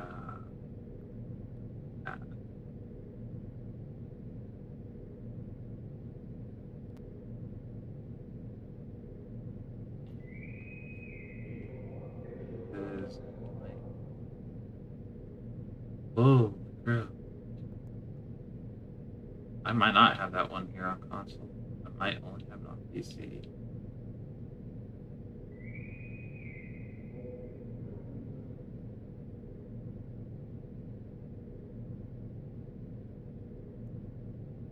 Or maybe I passed it, I just didn't see it. That's fine. I'm not building it, but yeah, independent. There's independent wingmate. Yeah, so you launch that with enhance and protect, and then you run the bajillion freaking traits that you could run. I still think if you ran the Akira traits, the Hydra trait, like one or two other pet traits, you can make pets pretty damn viable. I mean, like,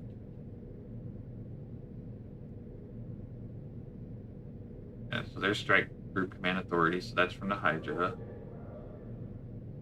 Then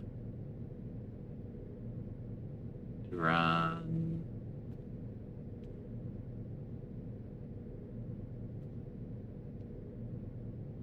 I might have to see. I might have to sit down here one of these days and just like put together a pet build.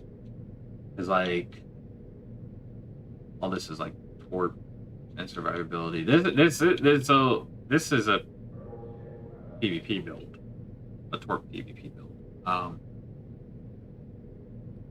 Which is why you're going to see stuff like plot armor on here. But everything else is like very transferable to a PvE build.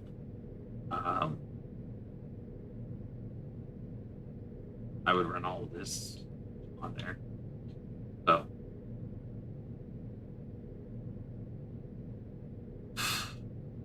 you're um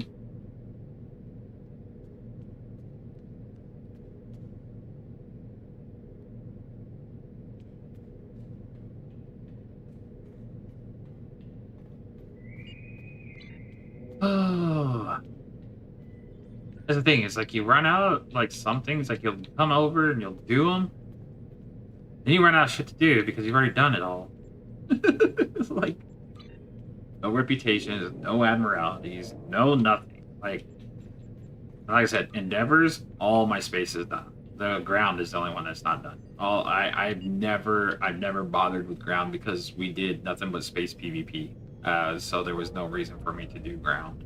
I can do ground, I guess, but we don't even really run. Like the community is so different here on console than it is on PC, where like even elite TFOs barely ever pop, and if they do, they're always space ones. There's never ground ones. So it's not like you have as much of choices, right? So it's just different. And I think the ones that do pop, they're usually like groups of friends or something, right? Like, or fleet mates or whatever. So it's a very small community. In fact, I said the other night, now granted it was about 45 minutes earlier, but it should still apply. I'm going to show you guys the difference in community size here, all right? Because I think it's important that we differentiate when people are asking, like, oh, which platform is more, whatever. The transwarp system is weird too. Okay. So we're gonna look at Earth Space Dock, Sol System, how many instances and how many players are there. And we're gonna switch back over to PC. I'm gonna show you guys the difference. And this is on any given night. It's wildly different, like the population, unless like all of a sudden like a whole bunch of people just came over to console. I highly doubt it, but it's when you're talking about like people to run with and play with and do things with, it's a huge difference.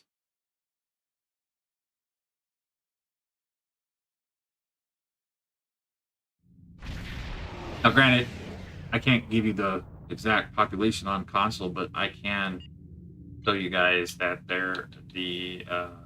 how do you change instance on here again? No, let's change camera zoom, customize. Was it for the map, right? Yeah, change instance. There is 4 and 32 players, so there's a total of 36 players at 11 p.m. Eastern Standard Time. Okay. Now, show you guys something. I can just come back on here. Not a big deal. This real quick. Okay. Dot hit. All right. So that's going to close out. And then we're going to open up PC Stove. And this is what I mean. A big reason why I jumped over to PC and why I get so much stuff done. So 36 people at 11 p.m. Eastern Standard Time. I'm going to come over here. I'm going to boot back up STO for PC.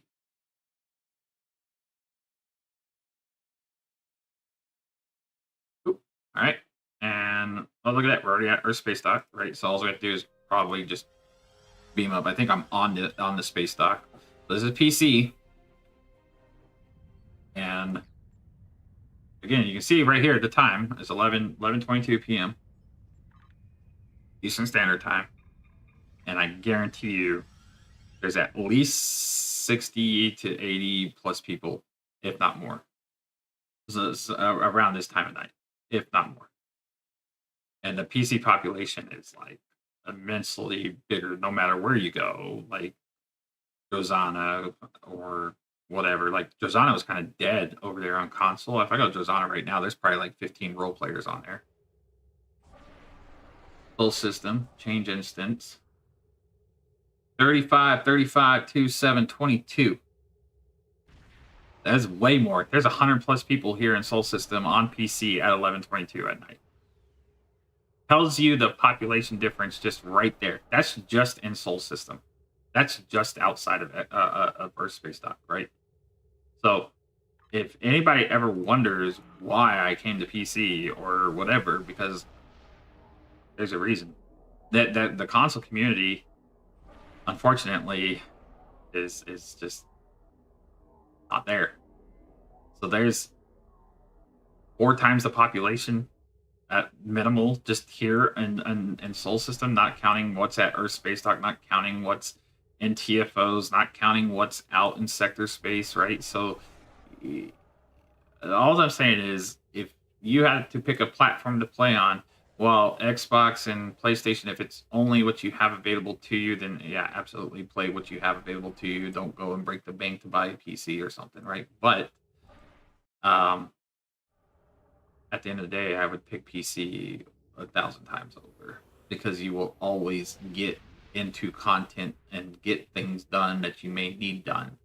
And you're not going to be able to do that unless, of course, you have a group of friends that you meet on console or whatever, like we have, that we can all queue up together and go do stuff. But you're not going to be able to do that on a regular outside of that. Whereas I can go queue into Elite TFOs right now and get them, you know?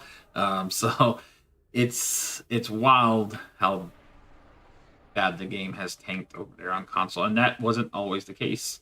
Console had a pretty steady population for a while, but I think a lot of the players kind of had the same sentiment as I did. One, that console is always behind on content that PC gets, unless it's stuff like this where they're running simultaneously. And hopefully console will get to that point where everything's simultaneously, but there are things like the 16th anniversary is still going on console. We've been done with it on PC for what, 3 weeks now, right? So we've already got, you know, the Impreza, the entire event's done, and they're still doing it. And I think it might be going until like next week or something. I know it's getting ready to wrap up, but that's how far behind they are. You know, they don't get some of the things that we get over here on PC, and it's kind of annoying. And I think that was one thing I was kind of annoyed by, because while being on console, we could look at some of the PC players and go, oh, well, you know, when that comes to console, oh yeah, I'm going to be in it. But it wouldn't come to console until like 3 months later. And it would just kind of bite sometimes, because then you're just like, you either feel like all the answers were answered on PC already, and then like you could only build a ship a particular way, at least for it to perform a certain way. So it was like, well, cool, everybody did all the testing for me, right? So I think that's another reason why I like being over here on PC more, is because like I can build and test things and see them and go, oh yeah, this works, or this is complete shit.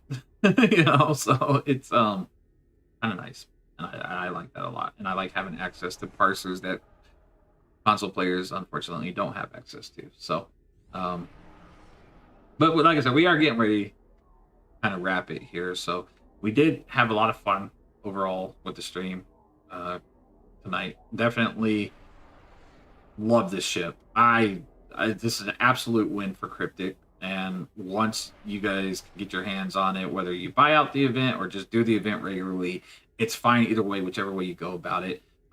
This ship is a win. It is an absolute win. It's I will be flying this on my TAC officer over here for quite some time, mainly because it's just like my Intel Dreadnought. It's exactly the same ship with flopping you know, the command and temporal seating, but it's exactly the same ship. This is a Sovereign, and it's just really well done. So I'm very happy with it.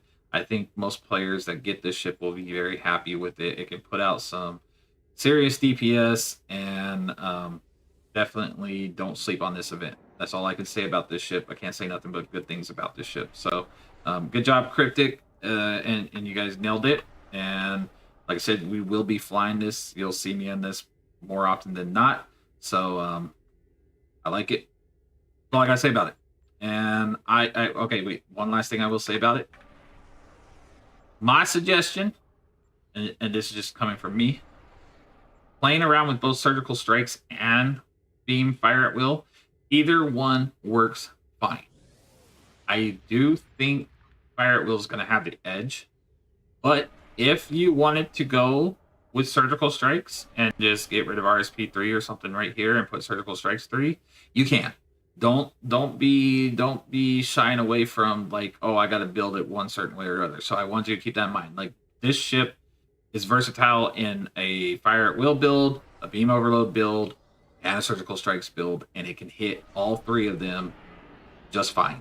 So that's the last thing I want to say about it. And we're gonna move on. I'm gonna do a quick recap over the Gral.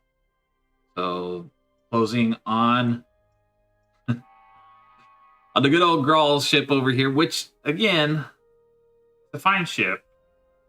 I don't think anybody should go and chase after it. Don't go freaking crazy on it. It's not worth the amount of, keys or whatever. I don't know. Like I said, this was gifted to me, so I don't know what was spent on it. But if, hopefully, they didn't spend a lot. But if they did, I am still grateful that they gave me the opportunity to have this ship and show it off here on stream and talk about it and build it. So the thing is it's a fun, fast raider type science vessel, because that's exactly all it is. It's a gimmicky ship. You're gonna build it, and it doesn't have a hangar bay, so you're not gonna have any debuff pets. It doesn't have the whole capacity of a typical science vessel, so you gotta play this very maneuverable, right? Like it's very squishy, very you gotta move with it, and that's fine because the ship can move, and especially if you have like the right kind of engines, right? Like something like this, you can definitely in and out. Cool. But at the end of the day, I don't see this being a meta ship. Looking at the combat logs earlier, I was parsing okay in that elite TFO. I was still breaking 100,000+, but I wasn't doing anything like 500 to 600k easily in the Arc Royal. Mind you, I say 500, 600k because this account is still being built, as you saw from switching from Xbox. But yeah, I wasn't performing nearly as well as the Arc Royal or what the Vern could do or whatever. So just keep in mind that it's not anything like that. So that being said, I think it is a good time to call it tonight. I will be back next Monday, same time, 8 p.m. to midnight Eastern Standard. We are calling about 30 minutes early because I do want to get to bed a little bit early-ish. But we tested the hell out of everything, right? So we did everything we set out to do tonight. We did, and we made sure we ran the event, and we made sure we showed off the 2 ships. So I'm very pleased with the outcome of everything. We set goals, we made it, and that's all that's important to us. So we will definitely be back. I don't know what we have on the schedule for next week at this time. If any news or anything exciting comes out, we will be covering it on our YouTube channel, so make sure you're subscribed to it. We will cover anything that I'm not going to push videos out to just push videos out, right, for views or whatever. But if it's something that I feel like this ship or whatever is really worth putting out there, then we'll go over it for sure. And we'll put those out in between our stream days. If there's anything, any kind of news, any special upcoming events, something like that, we will put it out there. So, but yeah, I think that's it for me tonight. I've had a lot of fun. We met some great people on here, and then we hanging out with a lot of the old crew and whatnot. So it's been a good night overall. We did get to see Zero, which you were here for a little bit, and I don't know if you crashed out or whatever, but that's okay. I do appreciate you being here. Squidly was here, Chaops was here. We did have somebody who came in. Looks like they had a hard time with the stream, but it's okay. It does happen. Hopefully they got it sorted out and whatnot. So, yeah. Oh, well, look at Zero's there. Okay, you were just quiet. Yeah, but well, Zero, I hope we were able to give you some kind of insights on these ships that are available, and I know with you being fairly new to the game, you would be able to at least get the Noble, right? The Noble Intel battlecruiser. It is a fantastic ship. It is an absolutely fantastic ship, and I can very much see that being a meta ship. So get your hands on it. It's completely free. Don't miss the event. And if you need help, no, you're fine. If you're playing the game, man, you're fine. You're 100%. Do play the game. Don't worry about anything. I just wanted to make sure you were good. I didn't want to, leave you out because, I pay attention to who's here and whatnot. So I don't ever want to, it's the other way around. It's I want to make sure that I know that you were here. So, but that being the case, Zero, like I said, I will be back next Monday. We're definitely enjoying our Monday, Tuesday schedule. But if I do have anything else to put out between Monday and Tuesday, for those of you that are on Twitch, watching this only through Twitch, my YouTube channel is the same as my Twitch name. It's Captain Spicy Pants. I will put out any videos in between that time that I feel like could benefit the community as a whole. Anything like if there's an event coming up, if there's recruit stuff coming up, I will cover it and I will help out as best I can. And until next time, So until I see you all next Monday, take care wherever you are. Have a good rest of your week. Have a fun weekend coming up. We'll talk about it on Monday if I do anything fun or not, and then let me know how your guys' weekend is, right? So, but be safe out there, whatever you're doing, and take care. And we'll catch you guys next time.